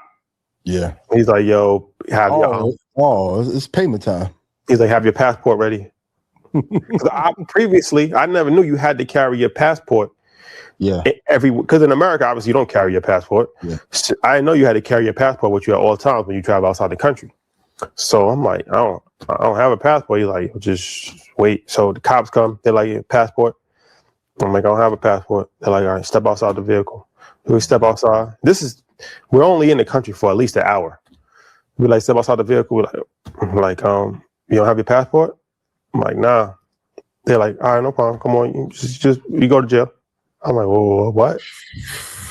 The way, the nonchalant manner that it was presented was amazing. And it was like a Friday, so it's like you're not even gonna get processed the next week. Yeah. So they're like, yo, not only they're like, yo, come on, we gotta go to jail. What do you mean? Or there's option B, my friend.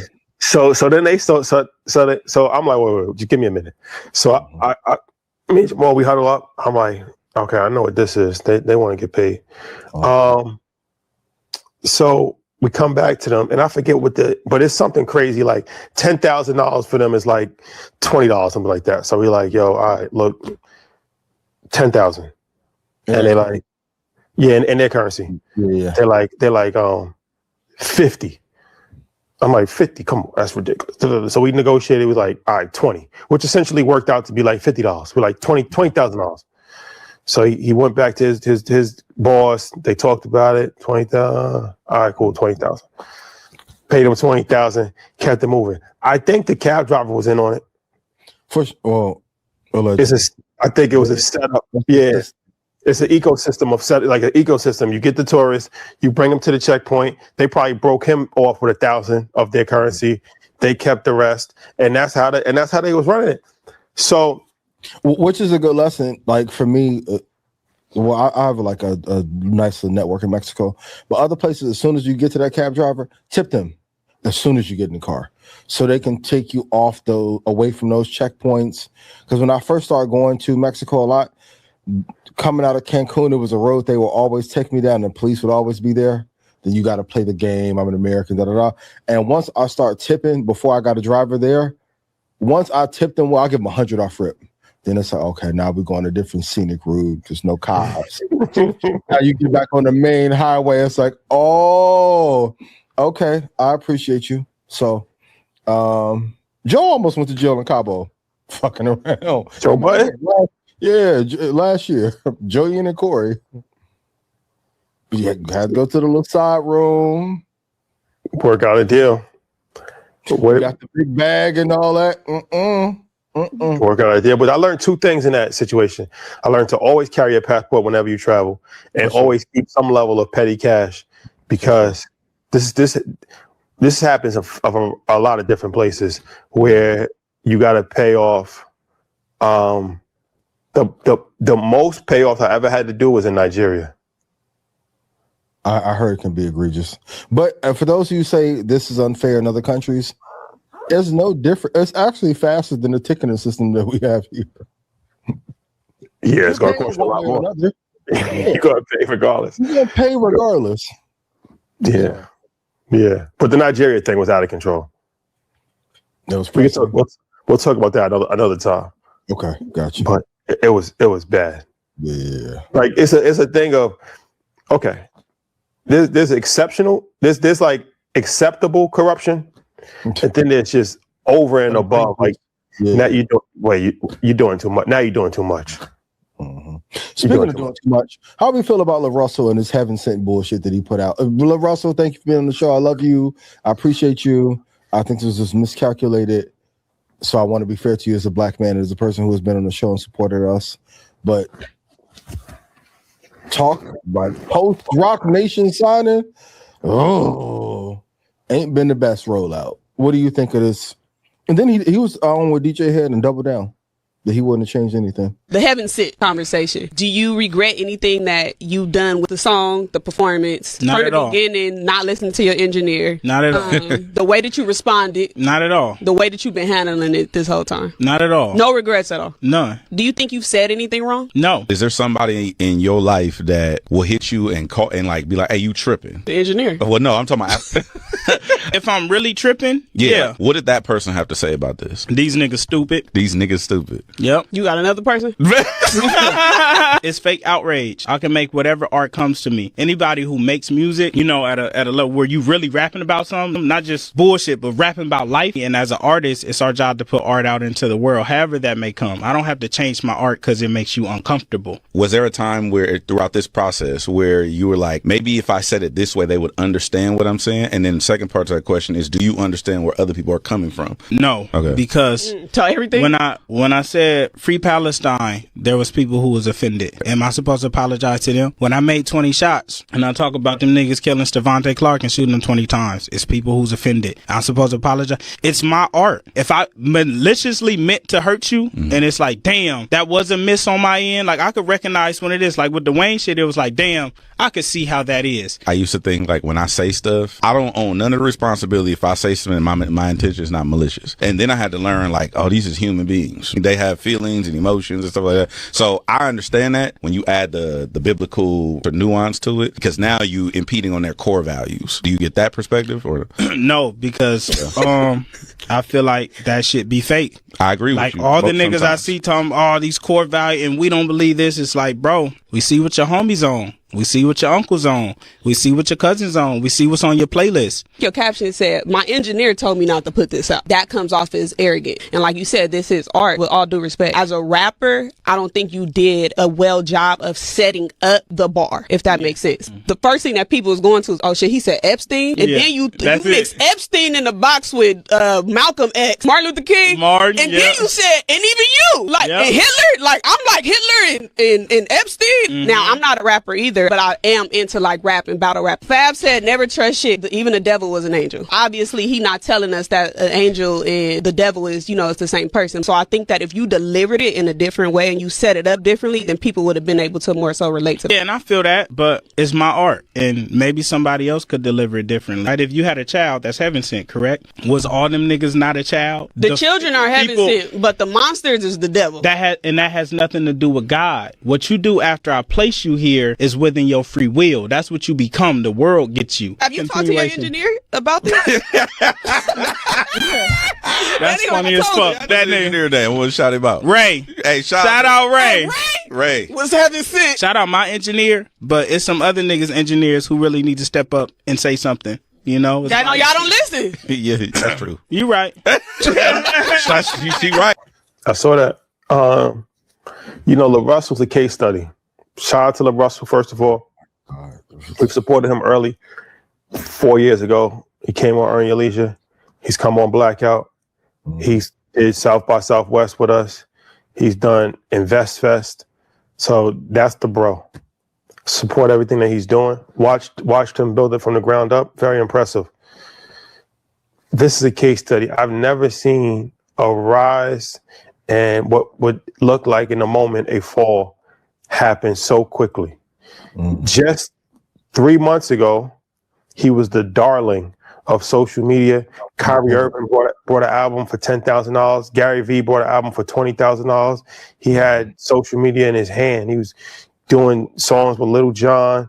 He's performing at the Super Bowl off-site event. Yeah, that's big. Yep. He could do no wrong. He could do no wrong. He was a poster child of independence, running a campaign, selling 30,000 copies for independently for prices that was crazy. Like I said, people paying $10,000, $5,000, $1,000, $20,000 for his album, for one album. He was running a campaign that we hadn't seen since Nipsey, as far as the efficiency of the independent movement. Everything was in his favor. He had all the wind at his back. All the wind was at his back. And then he signs for Rock Nation, and it's been downhill ever since. And that gets strongly criticized. He does the Lil Wayne. They resurfaced the Lil Wayne clip. That gets strongly criticized. And then this Epstein thing, it was like the final straw as far as like he just deactivated. And then now you start to see, I'm seeing all types of reviews about his music. Yo, he makes K-pop music for the Bay. Yo, LaRussell's music is actually trash. If you really listen to it, the beats is terrible. The song, and I'm just like, yo, it's just so crazy how quickly things change. How quickly they turn on you, and it's just like people really enjoy somebody's downfall. They love it. Like they like it's like salvating at the teeth. Like the way that people like cannot wait for the moment of a person to actually fall from grace is astonishing. So is it warranted? Like here's the thing. We all have people that we listen to, and we all have egos. Sometimes we listen, sometimes we don't. If your engineer is saying, bro, this ain't the one. Like if I'm sitting here right now with Wolf and I'm like, Wolf, next take, I'm gonna be like, Epstein too.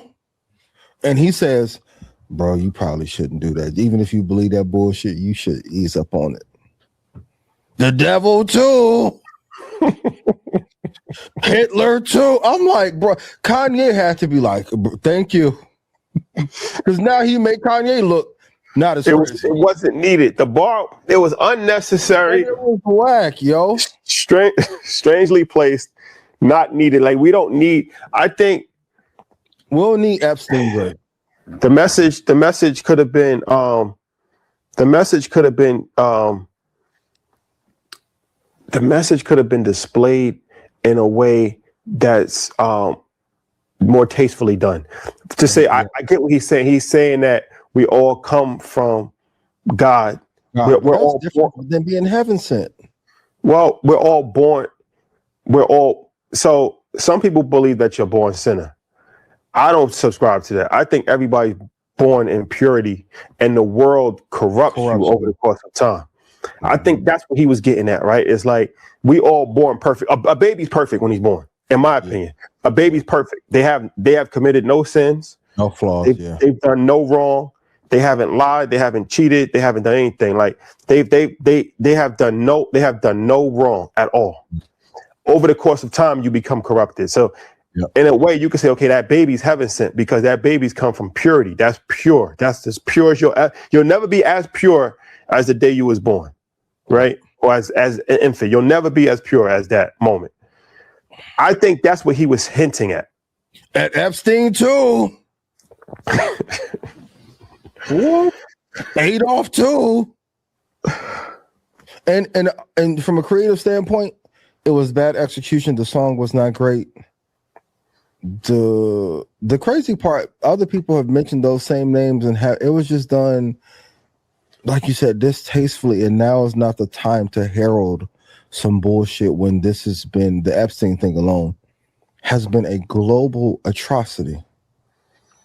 It ties back to the Victoria's Secret scandal and the fucking Maxim parties, if you know about that, and that whole world, and trafficking, and the Zorro Ranch in Mexico, and they're saying even parts of Get Out was inspired from the hunting that he was doing and auctioneering of black people. And you're a black man in this country saying give grace to Epstein?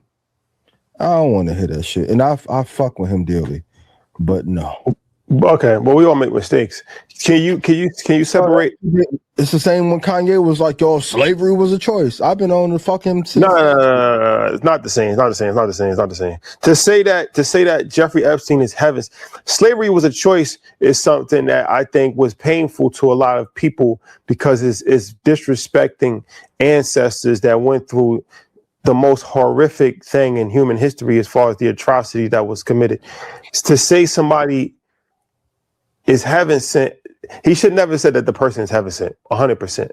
Nope. But I don't think that that's the same level. I think that what he was trying to convey was that everybody comes with good intentions and then over the course of time. Badly worded, not necessary. It wasn't really necessary. He should have taken the advice of the engineer 100%. Sure. But is this something that he should get canceled over? He's still a good person. Like LaRussell, to me, he's still a good dude. Like, your good and your bad have to get weight on the scale. Still a good dude. He just says a bunch of crazy shit too. What did he say? A bunch of what else did he say that was crazy? He went up and acted like Donald Trump was his father the last time. LaRussell. Oh, LaRussell. Oh, I mean, Hitler too. No, I'm saying, but outside of this, we don't have a history. Kanye has a history of doing this, right? For sure. LaRussell doesn't have a history. I'm not calling for cancellation of him, but if we're gonna be very honest, the crack, and this is the issue. I know some of you hate. This is a Brandon lesson. When I curse on Market Mondays or pineapple juice Ian or leather jacket, but in those moments you get to see all sides of me. Not a caricature of what you think Ian or the master investor should be. He played into a character too long. The good guy, independent. Now you get some success. Now you get to popping shit at Wayne. When Wayne's a way better artist than you. But what he said about Wayne wasn't wrong. Respectfully. Okay, I'm gonna be respectful in this. LaRussell has never put out nothing that can fuck with Wayne in no decade, no millennium. No. Wayne's highest at the highest of codeine sipping. Lil Russell can't fuck with Lil Wayne. But what he said about even in that tier to even say that shit. But what he said about Lil Wayne wasn't wrong. What he said? What he say? He said, paraphrasing, that Lil Wayne has said a lot of nothing for a long period of time, and he has said a lot of nothing. That's for people who haven't listened long enough. He was saying a lot of something when he was on Hove ass, and Hove was scared for a little bit when 50 was scared. He's not gonna fucking rewrite history. This is my thoughts only. Ian, don't let Red Panda LLC. I've been free, I don't give a fuck. When a lot of them on the East, where I'm at now, was running from Wayne, was he saying something there? When you say running from Wayne, who ran from Wayne? Who ran from Wayne? Who are you referring to? It's a lot of people who ran from Wayne. Because if anything, Wayne got his style from New York. For sure. That's not the conversation. We don't move the goalpost. Look, I'm a Lil Wayne fan. Cash Money. Content I've learned. Cash Money. You know, the whole thing. Baby, Slim. Shout out to all of them. Mm-hmm. But Lil Wayne has. You said East Coast of New York. New York. He got his style from Philly. If we gonna be real. When you talking about Gilly? You talking about Gilly? You talking on the ground. Shout out to Gil. At one point in time, Lil Wayne was living in Harlem. That's when he was with Joel Santana, Dipset, all of the fashion, the chains, hustler music, that whole era, the first Carter. That's deeply inspired by New York City. But that first time he got on that tricycle, that was that Philly magic. And if we're going to have a real conversation about rap, Philly doesn't get the credit for uplifting New York artists at the same time, too. They just don't get the credit or the bread from it. When you say uplifting New York artists, you mean who you talking about, Rockefeller? Yeah, for sure. This is just for content. I ain't mad. So don't do y'all think Rashad are really mad at each other this week, and this is the downfall of Black Ops. Is Diaz the reason why the pod's breaking up? No, I'm just being performative. But I think Philly does not get enough credit for being amazing with that pen, having a great impact on Rockefeller, Beans, Chris. Now, if we're going to go to impact and flow, man, Chris inspired a whole generation who took that flow. I would say P.D. Crack is more influential than Young Chris. A whole flow got took. When you look at Meek Mill, shout out to Meek. Who took the flow from Young Chris? Stop it. Like that's blasphemy. That's blasphemy. Flow. That's not gonna flow. Lenny X, these are my thoughts. They ain't Troy and Rashad. That's blasphemy. Respectfully, to little Chris, Young Chris. Nobody take Young Chris. Comments. Nobody take Young Chris. He was doing that style. Hove was not doing that on Volume 3. Why are you making me do this? I love Hove. I want to go to the concert. Oh, I'm gonna be at the Grammys again. You think I want Hove to be like, why you say that? I don't want that. But he did borrow. And before Beanston was there, it was supposed to be Gil at Rockefeller. See or no, Philadelphia? Let me know. Oh. Beanie Siegel is a different level of rapper than for sure any of those guys. He's in a different category. I think Beans arguably is one of the greatest who don't get put in that great. For a moment in time, you can argue Beans was 1B to Hove's 1A. No, Beanie Siegel is one of the greatest rappers of all time. All time. Lyrically. For sure. Yep. And on a single side, I think he just wasn't pushed enough.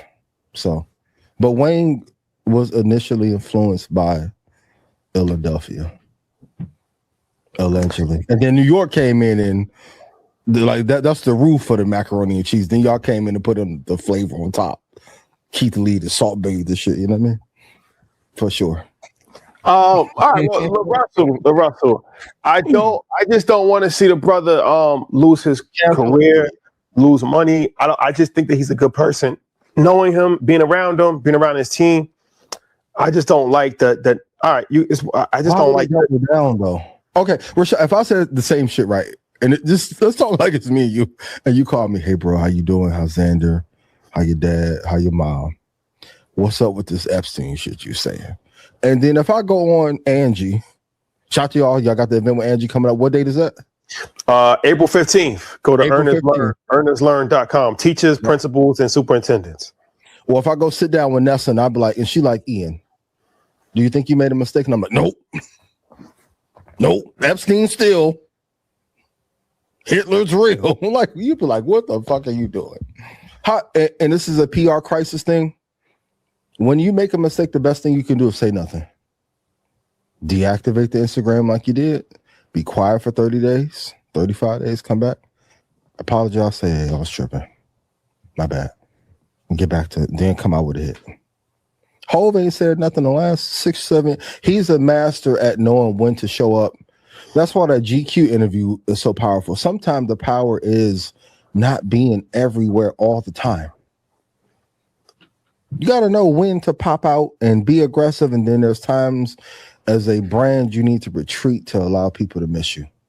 That's why we don't have as many stars anymore, because there's really no mystique behind. Because you see every part of a person's life on social media now. So doubling down on it, I think he could have made a correction and not doubling down. But once he went on DJ Head, it was kind of like, how do you not see that this was wrong and it's affecting people? So what do you think? What do you think the pathway for Rilla Russell is moving forward? You got to come out with all hits, and no more quick writing, no more quick punch-ins on Pro Tools. You got to come out with some hits now. But that's not the type of music that he makes. Well, sometimes you got to adjust. When I first started doing Market Mondays, I didn't think that we were going to do Blackout, but then because certain roadblocks were put in our way, let's do another show so we can take over some of the shit y'all doing to make y'all even draw the attention. Like, people be like, okay, why did you guys have a conversation with Aisha Diaz? A, is needed.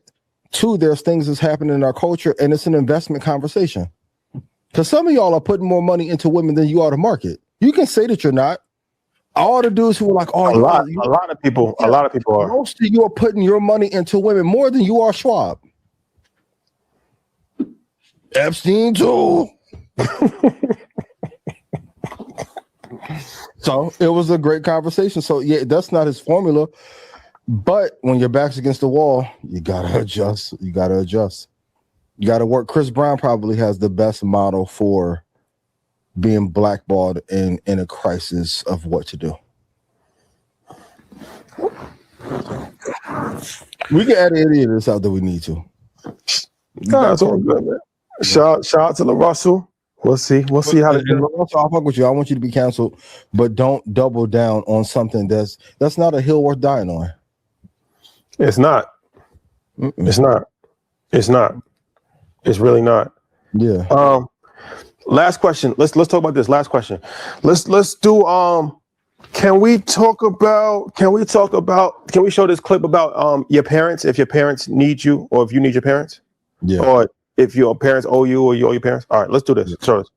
You owe your parents for bringing you into this world and keeping you alive. You owe them for the love they gave you, the caring they showed you, and the protection that they afforded you. Kids don't owe you for nothing, homie.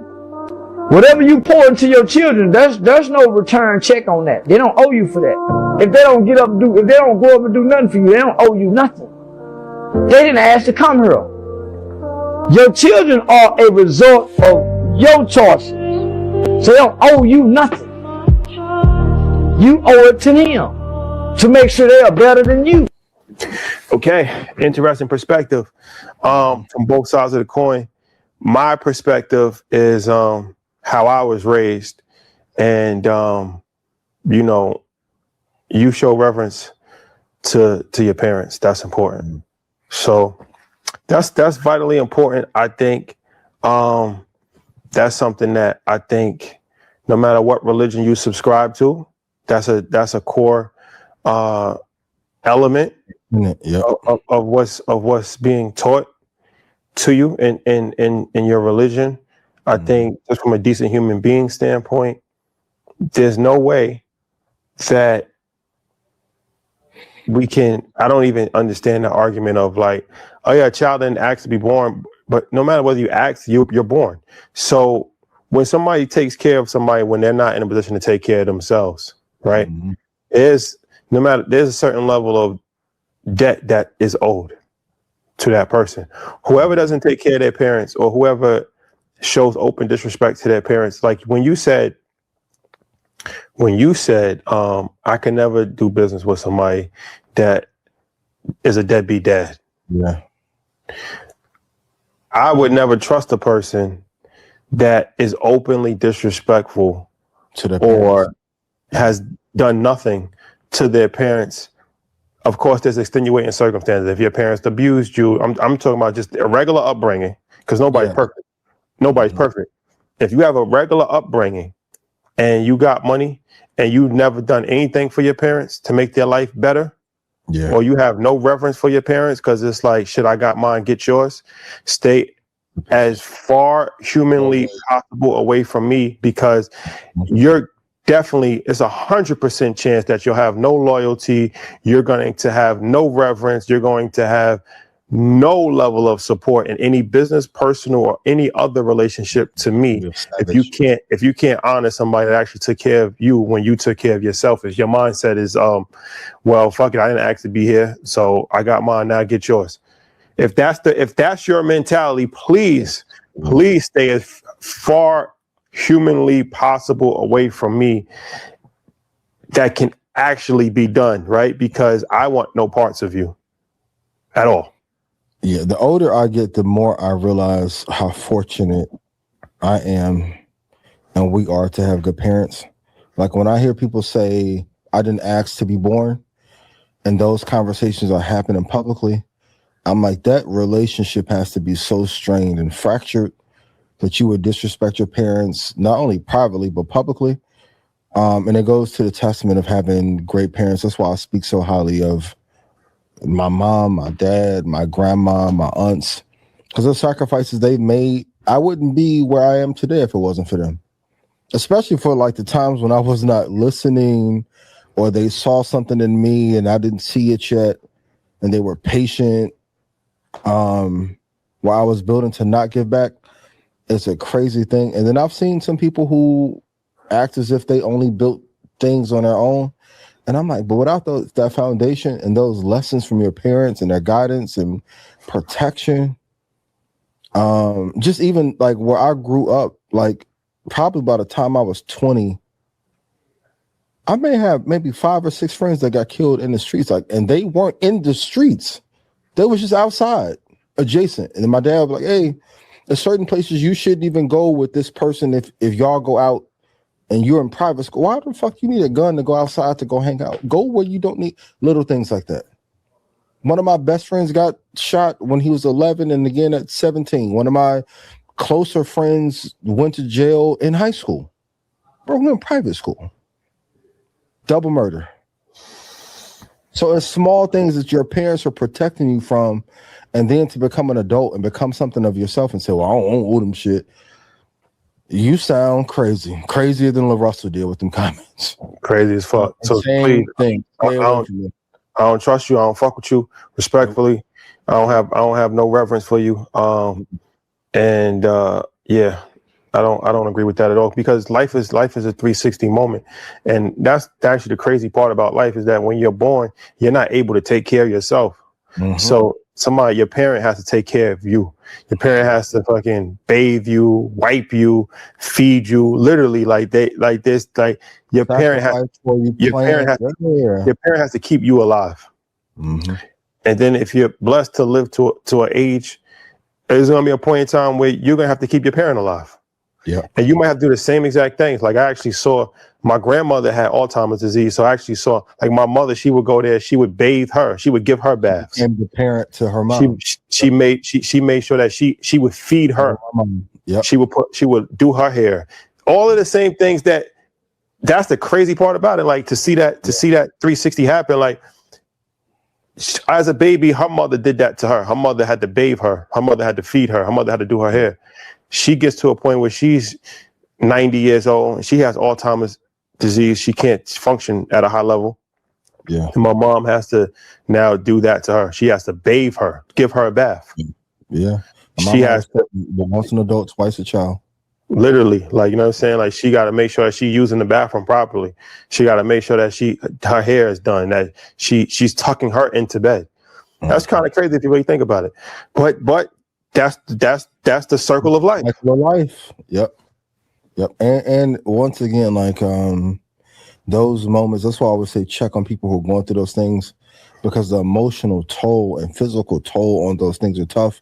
Because just even like I remember my dad looking after my grandparents and taking my grandmother out the bed, and my mom taking my grandma out of the bed. Like it's emotionally taxing to see a person that you love slowly wither away.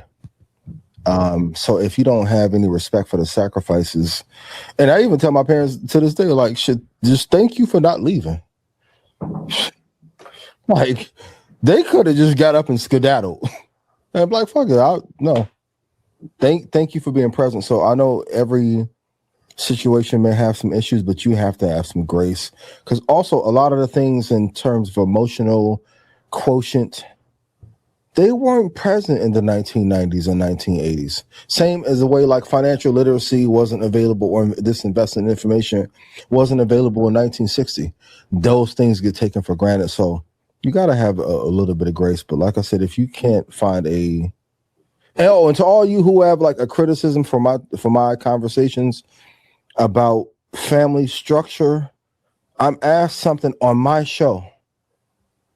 If you don't like it, get your affairs in order. Because even with that dad point last week, I get state by state, there are different instances that people may go through. But I'm telling you what I went through.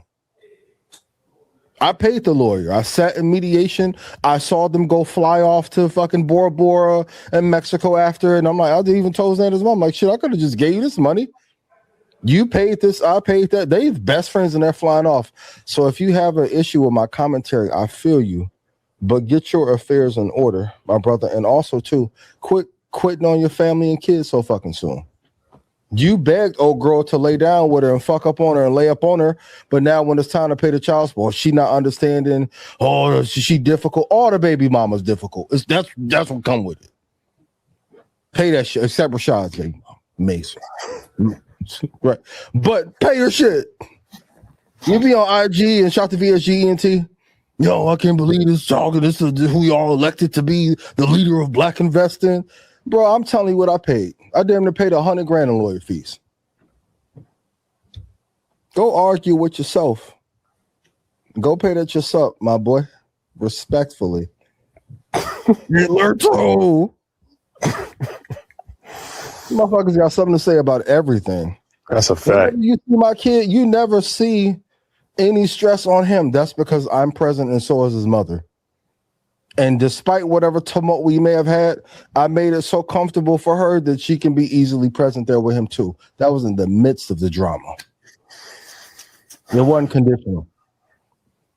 I was paying my shit up 2 and 3 years in advance when we was going to war, only talking through the family wizard app shit. Stop talking to me. Y'all say stay in y'all lane. Okay, I'm gonna stay in your financial lane.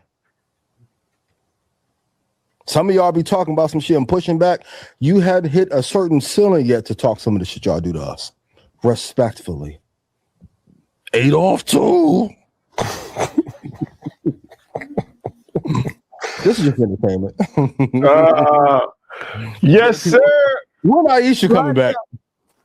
Blackout, another glorious episode of Blackout. I'm gonna be real. Y'all be talking about the episode. Aisha be a guest host. Y'all keep talking. You go viral every week. Weekly correspondent. For sure. Reporting live. Aisha. Come on. We need to move the schedule. We can, but And shout to you podcasters who may feel threatened because we came into your messy lane and oh my God, we're doing a great job while including the messiness of what's going on in the world. But if you want to be able to deviate and get away from the tumult and the financial manipulation, go to ianinvest.com and learn how to invest alongside Trump and Barron at the same time and get your tickets to InvestFest. Back to you, Rashad. That's a fact. ianinvest.com. There's nine slots left for the 50% sale, 2-year access to Stock Club and to future trading sniper program. And yes, get your tickets to InvestFest, investfest.com. This year we got a Black Tie affair. Man, sort of venue. Amazing. The chandeliers, the marble floors, sexy vibe. Fellas, you don't got to send a DM. Go get it fitted. Put the looks together, have them put it on a little vision board, what it'll look like. How you put Martin Luther King, Malcolm X, and Hitler in the same conversation? Yeah, all right, y'all. It's been real, man. It's been real. Bro. Man, we gotta work this out, man. We can't go down like this, man. We can't end it. This is not where the story ends, bro. No, I can't be. Just come back with some hits. Lil Russell, I love you. All jokes aside. I do. All right, y'all. We'll see you tomorrow. Rich Lou Dennis, 12 o'clock. Dope episode. Make sure you tap in. Peace. Even the name told you what the outcome was going to be for him too. Rich Lou. Ooh.